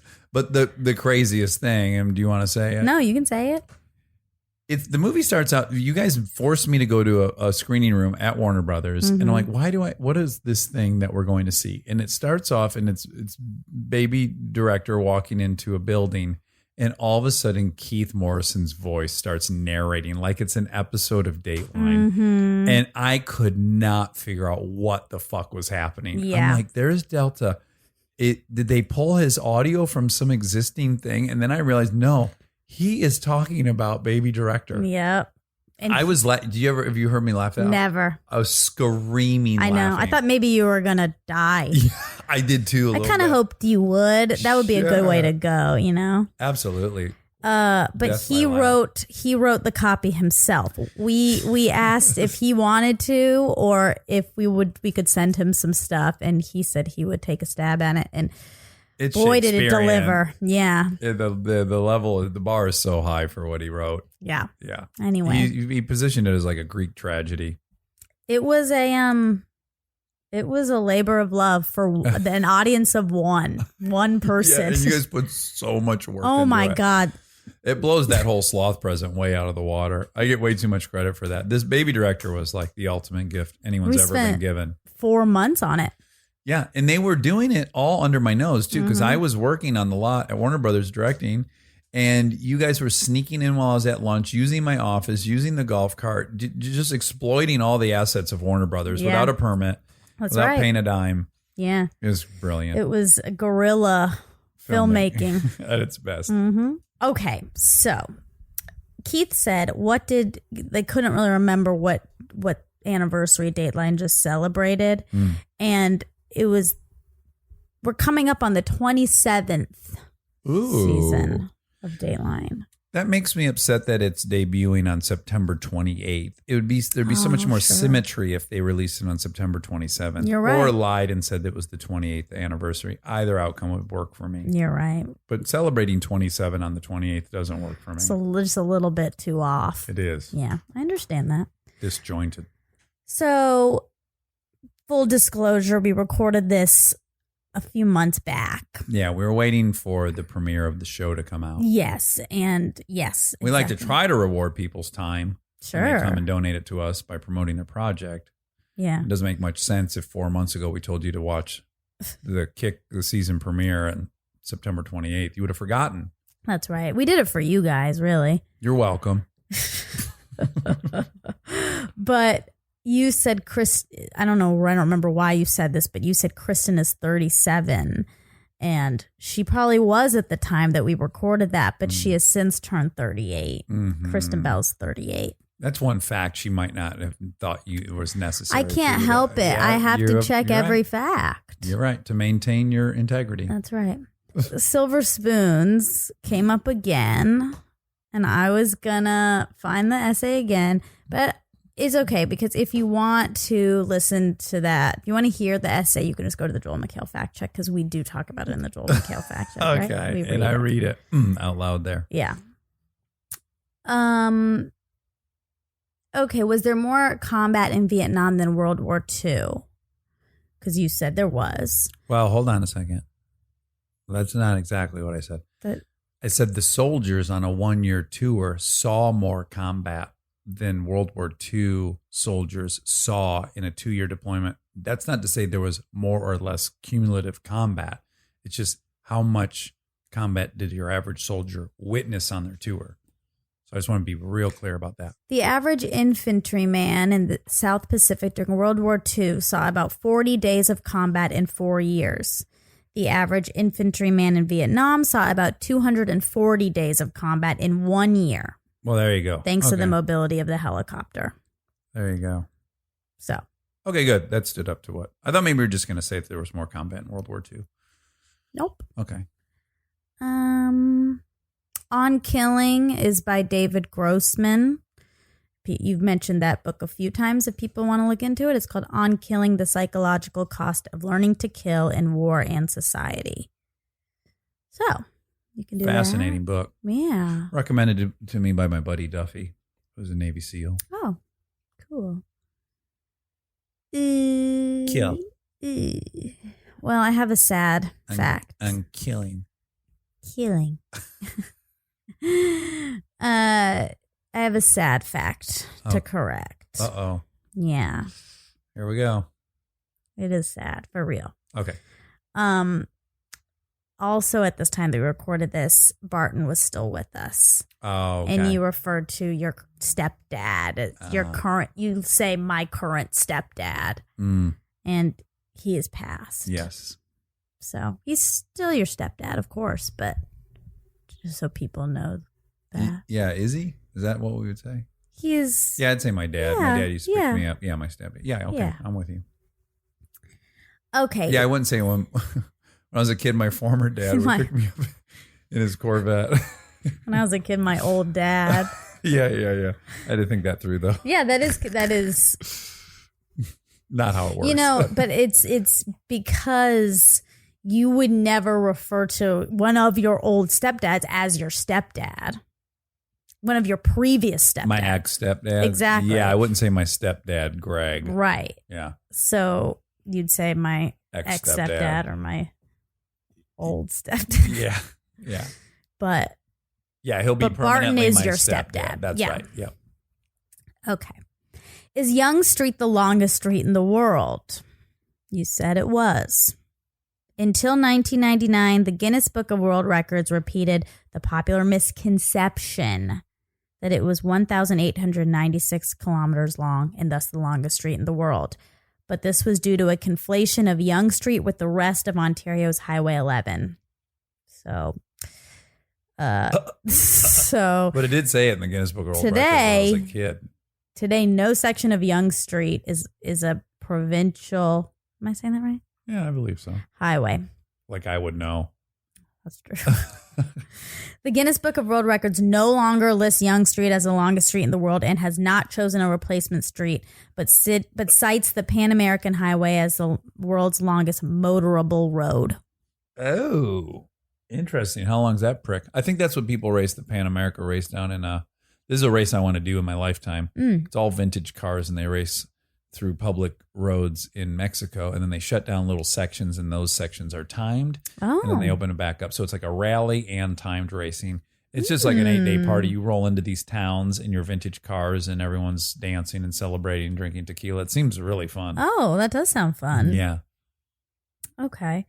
The deadliest natural disaster, we wondered if it was the tsunami. The deadliest disaster since 1900 was the 1931 China floods. Ooh. 800,000 people? Couldn't tell you. Okay. But it was the deadliest. And the Indian Ocean tsunami in 2004 was the third on the list after the 1970 cyclone in Bangladesh. Oh, really? Yeah. A cyclone? Yeah. Isn't a cyclone a hurricane we figured out? I thought a Depending on where cyclone was you're a on the world. tornado. Fuck, I don't know. I think it's a tornado. I think it's a hurricane. Holy fuck, Rob just came in at 3.7 million for the China flood. That's a lot of people. Yeah.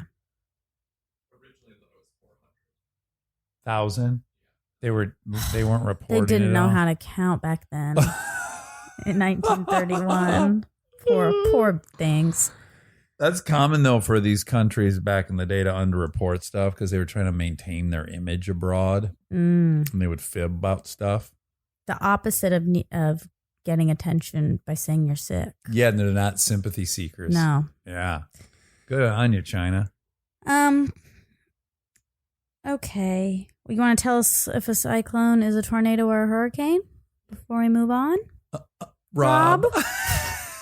Monica's so threatened right now. Rob? Wobby wob. Is a cyclone? I think a cyclone's a hurricane. I think it's a tornado. Okay. We'll see who's right. How much do you want to bet? Minnie Mouse versus what's the big ugly guy who he's always cheating? He's got a name like Chad or something in Mickey and the Roadster Racers. Oh. There's a guy who cheats all the time. He's like the biggest guy. Oh, no. I'd say that's who I am, and then you're miniature mouse. I don't know about that. A cyclone may be referred to as a typhoon or a hurricane. A cyclone may be referred to as a typhoon or a hurricane. So I am unfortunately Is a typhoon sometimes referred to as a tornado? Is it a 3-step thing? No. A tornado is a much smaller storm that starts over land. Or no, and continues. I think all hurricanes come offshore. Water, yes, they do. And cyclones. And typhoons. Fuck. You're really bent out of shape about this. What site? What site are you getting that from? A cyclone has always been a tornado my whole life. You know what you're thinking of is with Twister, no. Hold on. I think cyclone is a shape. And so a tornado can take on the shape of a cyclone. But I think a storm that's called a cyclone, I think that's maybe where you're, on some level, you could call a tornado a cyclone, but I don't think you call a cyclone a tornado. Does that make any sense? I'm out on a limb right now. I don't know. I've waded out into deep water. Tropical storm, David. Cyclone is any kind of circular windstorm. Oh, cyclone is, so right. I was just dead right again. So a tornado could be a cyclone, be described as a cyclone, but a cyclone could not be described as a tornado. Wait, but a cyclone is any kind of tropical windstorm? No. Technically, a cyclone is any kind of circular windstorm. Circular. Yeah. But now it's only used to describe a strong tropical storm. Ooh, now. Okay, this makes so much sense. So much more it sense. said, Okay. it said technically, which I am. I abide by the technical rules. Okay. Technically, a But I just wanna cyclone remind you is that- any kind of circular storm. I want to remind you that your initial statement was a cyclone is a tornado. Yeah. Yeah. So technically, No. it is. A tornado could be a cyclone, but a cyclone can't be a tornado. A cyclone could be, because a cyclone technically is any circular storm. So a cyclone could be a hurricane or a tornado. No, you would need to find on the internet a statement that said a tornado could be a tropical storm. No. Okay. It's Well, saying a cyclone. Bangladesh. A cyclone is the overall term. Technically, now we know. Now they've changed it. Okay, before a cyclone is the technical term for any circular storm. So it's the overall. It's the umbrella cyclone Again, under. right again. So you could describe a tornado as a cyclone because a tornado is a circular storm. But a cyclone in Bangladesh could never be described as a tornado. And that was your first statement, is that a cyclone hit Bangladesh, which you think is a tornado. And I said, no, it's not a tornado.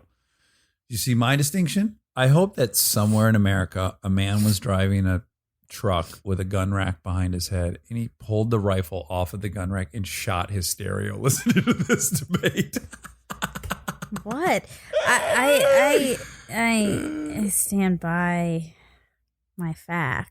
That it could be a tornado down in Bangladesh? Yeah. Oh, okay. I'll go along with that. think Bangladesh. Bangladesh. On the water. Yeah, I just can't. I guess it's on the water. Yeah. They have all those ship graves there. People just take their huge ships and just desert them in Bangladesh, and then all these kids and everyone, they go and they take parts out and try to make scrap out of them. Oh, really? It's a pretty gnarly scene. The beach where they park them all. There's like a 60 minutes on it. Well, It's if rough. they're on the water, then it probably is a hurricane. Unfortunately. Okay. He said some quote, and he couldn't remember who said it. He said the quote was, "We're creatures of our tools. They change us more than we change them." But the real quote is what? Oh, I thought you were laughing. Who laughed just now? No, but you've gone paranoid. No, I'm not. You laughed. I really didn't do anything. I mean, I'll say I laughed. I love you. You don't have to lie to love me. Okay. Well, you've grown a little paranoid. No one did anything. And then you looked up like we were snickering I heard behind a your noise. back. You were. Stop talking about me. Stop talking. Okay. The real quote is, "Men have become the tools of their tools." And that's Henry David Thoreau. Oh, on Walden's Pond. Yes, Walden, yes. I used to love David Thoreau when I was in high school. He was one of the only poets I liked because he coined the marching to the beat of your own drum. He said it differently. Also, HDT. HDT, what's that? His Henry name. David Thoreau. Yeah. Yeah, my mom was really obsessed with him too. Yeah, she said that when she came on here. Thoreau. That's all. And the actor Justin Thoreau. Mm-hmm. First time I met him, I said, That's his dad?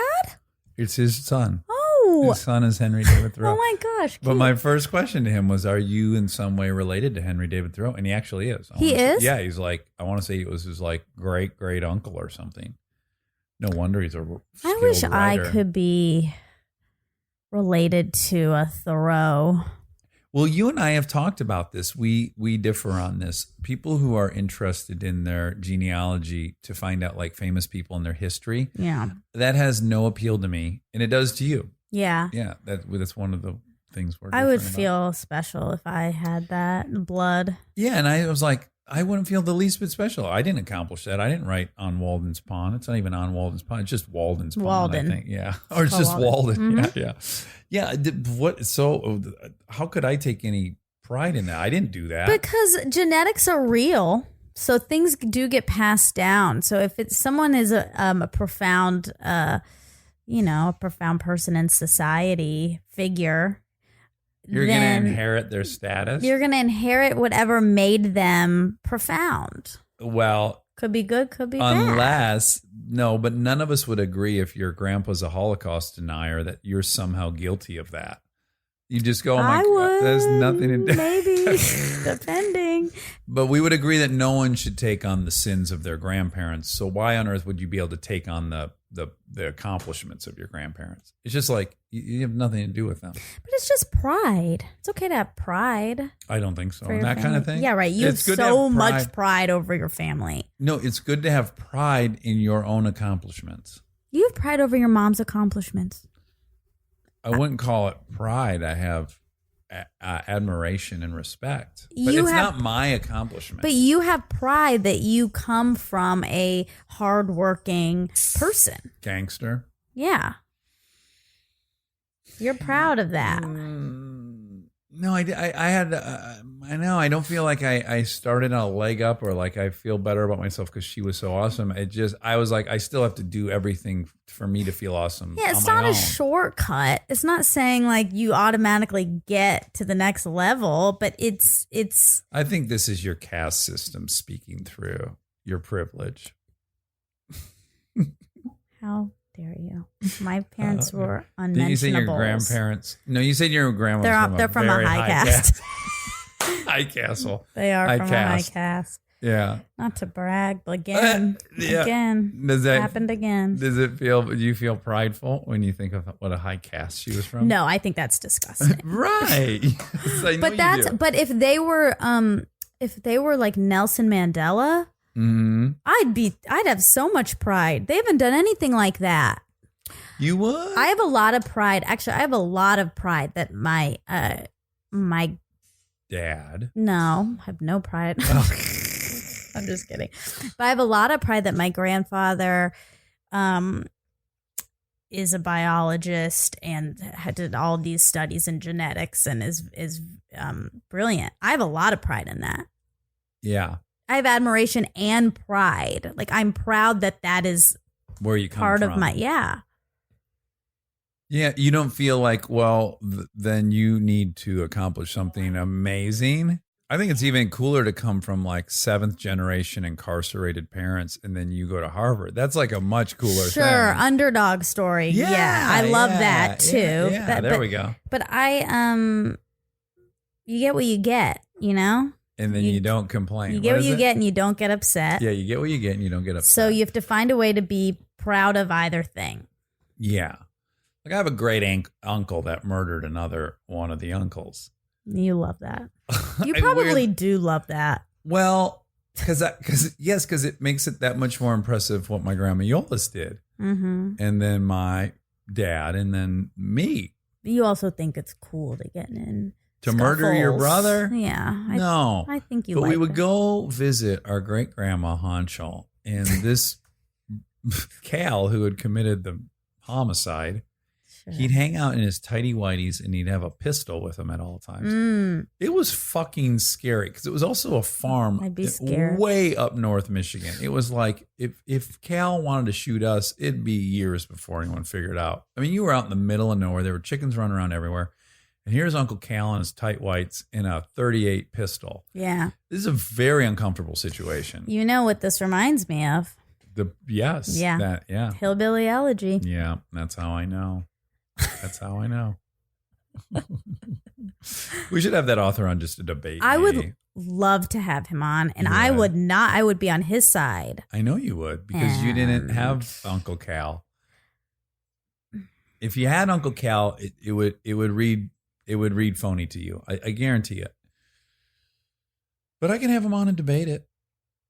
I'd like to do that. I also can recommend the book. I'm not saying don't read the book. Mhm. Everyone who's read it loves it. I personally felt like the stories weren't firsthand, that they were thirdhand. That is my critique of it. Yeah. And that's just me. It's just a big thing to say that. I don't think it's that big of a thing. If you know something, if you're an expert at something, you can tell when you're hearing a non-expert talk But about you it. are an expert in your life story. You can't say you're an expert on everyone's life story. I'm not. I would say I'm an expert on drunk adults being violent. I'd say I'm an expert on that. Let's just put it this way. Like we always talk about Boyhood on this podcast. Linklater told the true story. Okay. There have been fake his story. Fake or somebody's. He told a very specific story that resonated with a lot of people.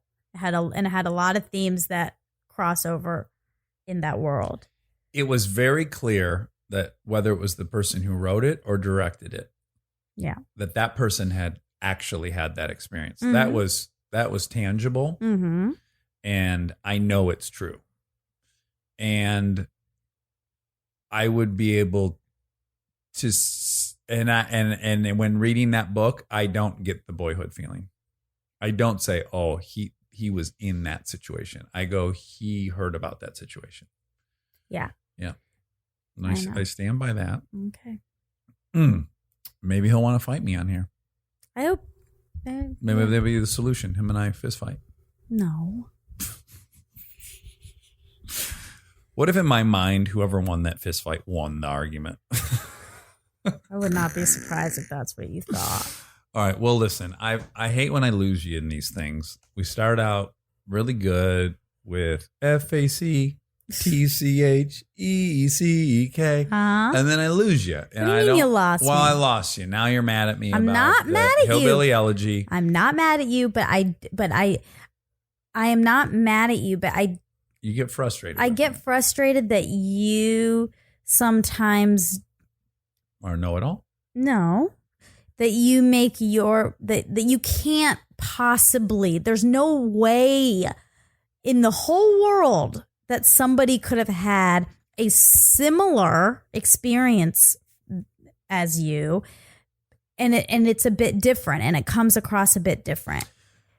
Yeah, what I'm saying is if someone tells a story where a drunk adult with a history of violence takes 4 steps that I recognize as the 4 predictable steps, and then the 5th step is completely antithetical to what that person would then do next, is the same, in my opinion, as being a chemist who is reading the account of someone mixing hydrogen, then peroxide, then this, then that, and then they're along the right, and then the 5th thing they add, it turns blue, and you go, no, that's not what happens. But it's not science. People are not science. They're not as regimented way as that. more predictable than you do. Yeah, I don't. Yeah. I just don't. And that's okay. Because they all went the same way.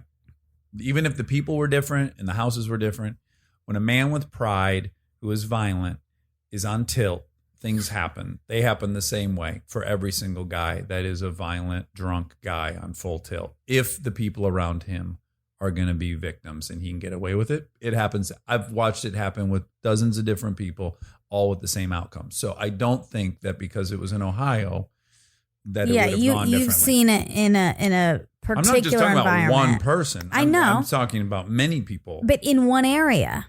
Michigan, sure. In your area in Michigan. Well, no, many areas in Michigan. County fairs in northern Michigan. Livonia, where my grandparents lived. Sturgis, where my 200 miles away. So, yeah, maybe it's specific to Michigan, but I don't think so. I think it's specific to white, violent, prideful males. We've just being also, silverbacks. I've made this comparison before that if I'm reading Mindy's book or reading something that Aziz has written about his life and his family and those things, or any of these books, I don't like balk at something that doesn't match my perception of growing up to Indian parents or anything like that, or all of that. That to me is just that person's experience in that circumstance. That circumstance is the same as mine, but the experience is not guaranteed to be the same. Yes, your experience at the eye of the storm will be completely different and unique to you. I agree with you. But if you tell me that you take a grizzly bear out of a cage and you put 5 people with blood and meat around their neck, and then you hit the grizzly bear with a baseball bat, I can tell you what the grizzly bear is going to do. The grizzly bear is, to me, the variable that doesn't change. Now, the people sitting in the circle with the meat strapped around their neck, they could have any number of interpretations of what that experience was like. And yes, I couldn't argue whether they were scared or they had empathy or they felt like they were providing a service or the bear's a bully. All those things, which is Aziz's perspective, Mindy's perspective, your perspective, those things are all completely subjective. But what a grizzly bear is going to do is not, in my opinion, very subjective. We can predict what a grizzly bear does. Well, 2 things. One, I have to disagree based on my parents. My parents are not doing what the grizzly bear parents did often in these stories. Sure. So this idea that there's like a expected outcome every time, and there would be an expected outcome, but they did not follow that. Yeah. But again, if the guy's story is, yeah, the grizzly bear got up on his hind legs, it growled at us, then it swiped at us, and then it laid down on his back and rolled around, and we all pet it. When it gets to that point, I'm like, that didn't happen. I'm sorry that you guys didn't pet the grizzly bear. It didn't roll on its back. And I'll go even further. These situations where a man is enraged, what makes a person, a human, is the frontal lobe, is the part of their brain that is thinking about the future, making decisions with empathy and sympathy and all these things, and behaving the way we want people in society to. But a drunk lunatic on a rage bender is fully midbrain thinking, their brain that they're using at that point is as primitive as the grizzly bears. So all that frontal cortex stuff is offline, and I think they're incredibly predictive. Okay. Is just why I think it's different than like you're at dinner, your parents are both immigrants from India. What's the outcome? Well, there's so many variables because there's identity and frontal cognition and projecting into the future, and there's a million varieties. But I would say the same thing about any human in any circumstance. Yeah, and I would ever. argue once, again, on killing, which you just brought up, once your heart rate is 170 and your adrenaline reaches a certain point, your frontal lobe doesn't work. You're all midbrain thinking, which is what that whole book on killing is about. So once you reach a state, nobody's thinking with their frontal lobe. It just can't happen. So do you think that every person who has Alzheimer's behaves the same way? No. Because the same degenerative thing is happening to their brain. People with Alzheimer's are not relegated to midbrain thinking. That's not what's happening. But I'm just talking about their brain is degenerating in the exact same way. All of these people. Well, I'm asking sincerely, is it? I don't know that that's how it works. I don't know if it attacks the exact same part of everyone's brain or if it's like in different spots in different people or what. I don't know. I guess I don't know either. But you could propose the hypothetical to me as if Alzheimer's patients all end up with simply midbrain thinking, I would say their behavior would get really predictable. And I think it does. That's why there are indicators of Alzheimer's. There are predictable elements and qualities, but that doesn't mean that every single person is going to behave the exact same way because of that. Mm-hmm. I guess, for someone like you who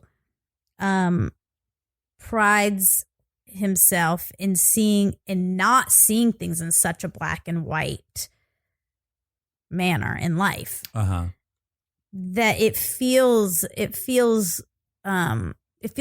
very binary, definitive. For yeah. Me.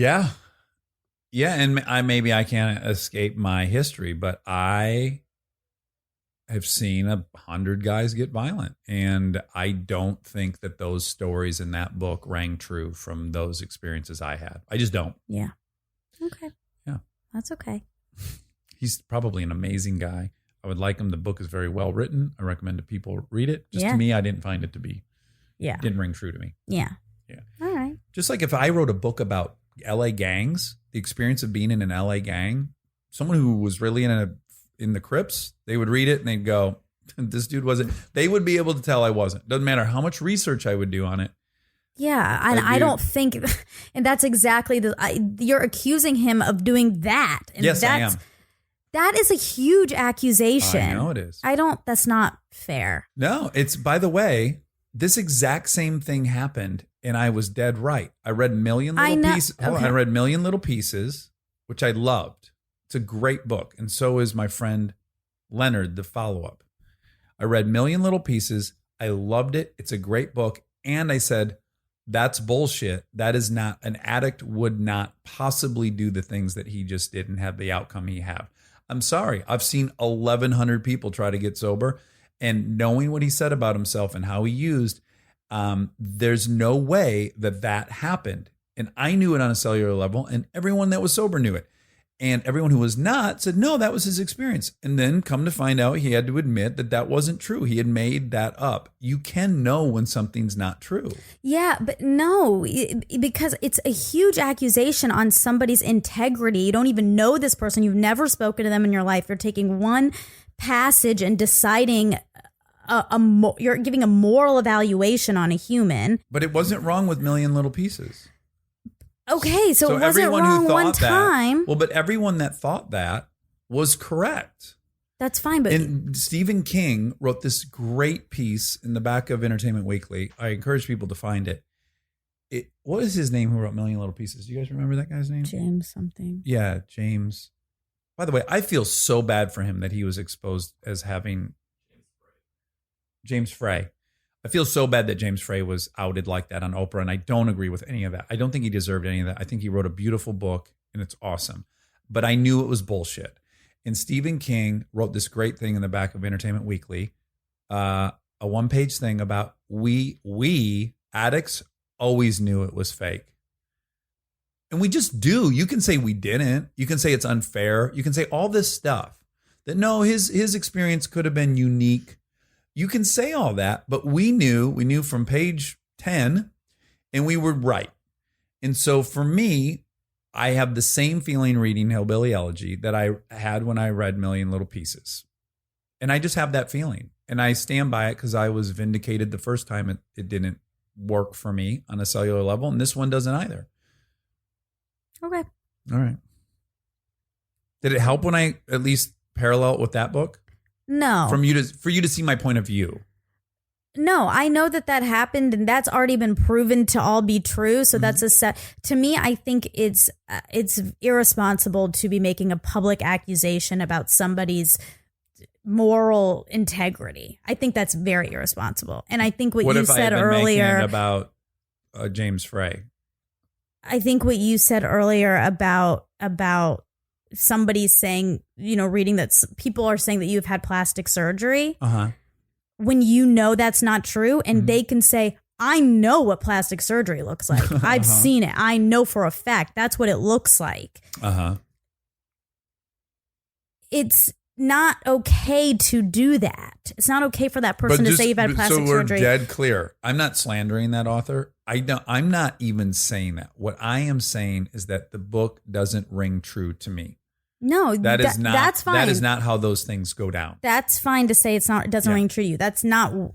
You've said some other stuff in this conversation that is more defamatory. Yeah. I mean, again, I go back to the James Frey thing. I knew it and every addict knew it. So, and you would have said, I can't say that then. You would have said, you can't say that that's not really what happened with his sobriety. And I'd say, okay, but I know it's not. I just know that that's not how it works. I know how it works through a ton of, talk about 10,000 hours, 100,000 hours. I know that's not how it works. So there has to also be room in this world for conviction when you know. Yeah. Addiction is more scientific than the culture of pride. I don't know. Yeah, it is. There's more science involved in addiction and what's happening in your brain chemistry and all of these things than the experience of living in a place. There's far more subjectivity to that. Yeah, but the premise of the book is elaborating on how the culture of pride works, how it started in Tennessee and Kentucky, how it then migrated north to Ohio, which it also migrated north to Michigan. We know that comes from Scottish and Irish settlers who herded animals, and they had undefined boundaries, and that's why they had to stand their ground and fight. These are all things that have been very well studied, and we understand the causality and why it's happening. And now when you're just talking about what the result of the culture of pride is, and some of it is just not ringing true, I don't really know what to say about that. Okay. Yeah. This is one of many you and I will probably for years disagree about. Probably. I respect you as an adversary, and I appreciate your conflicting thoughts always. I respect you as well. All right, I love you. Love you. You Minnie Mouse.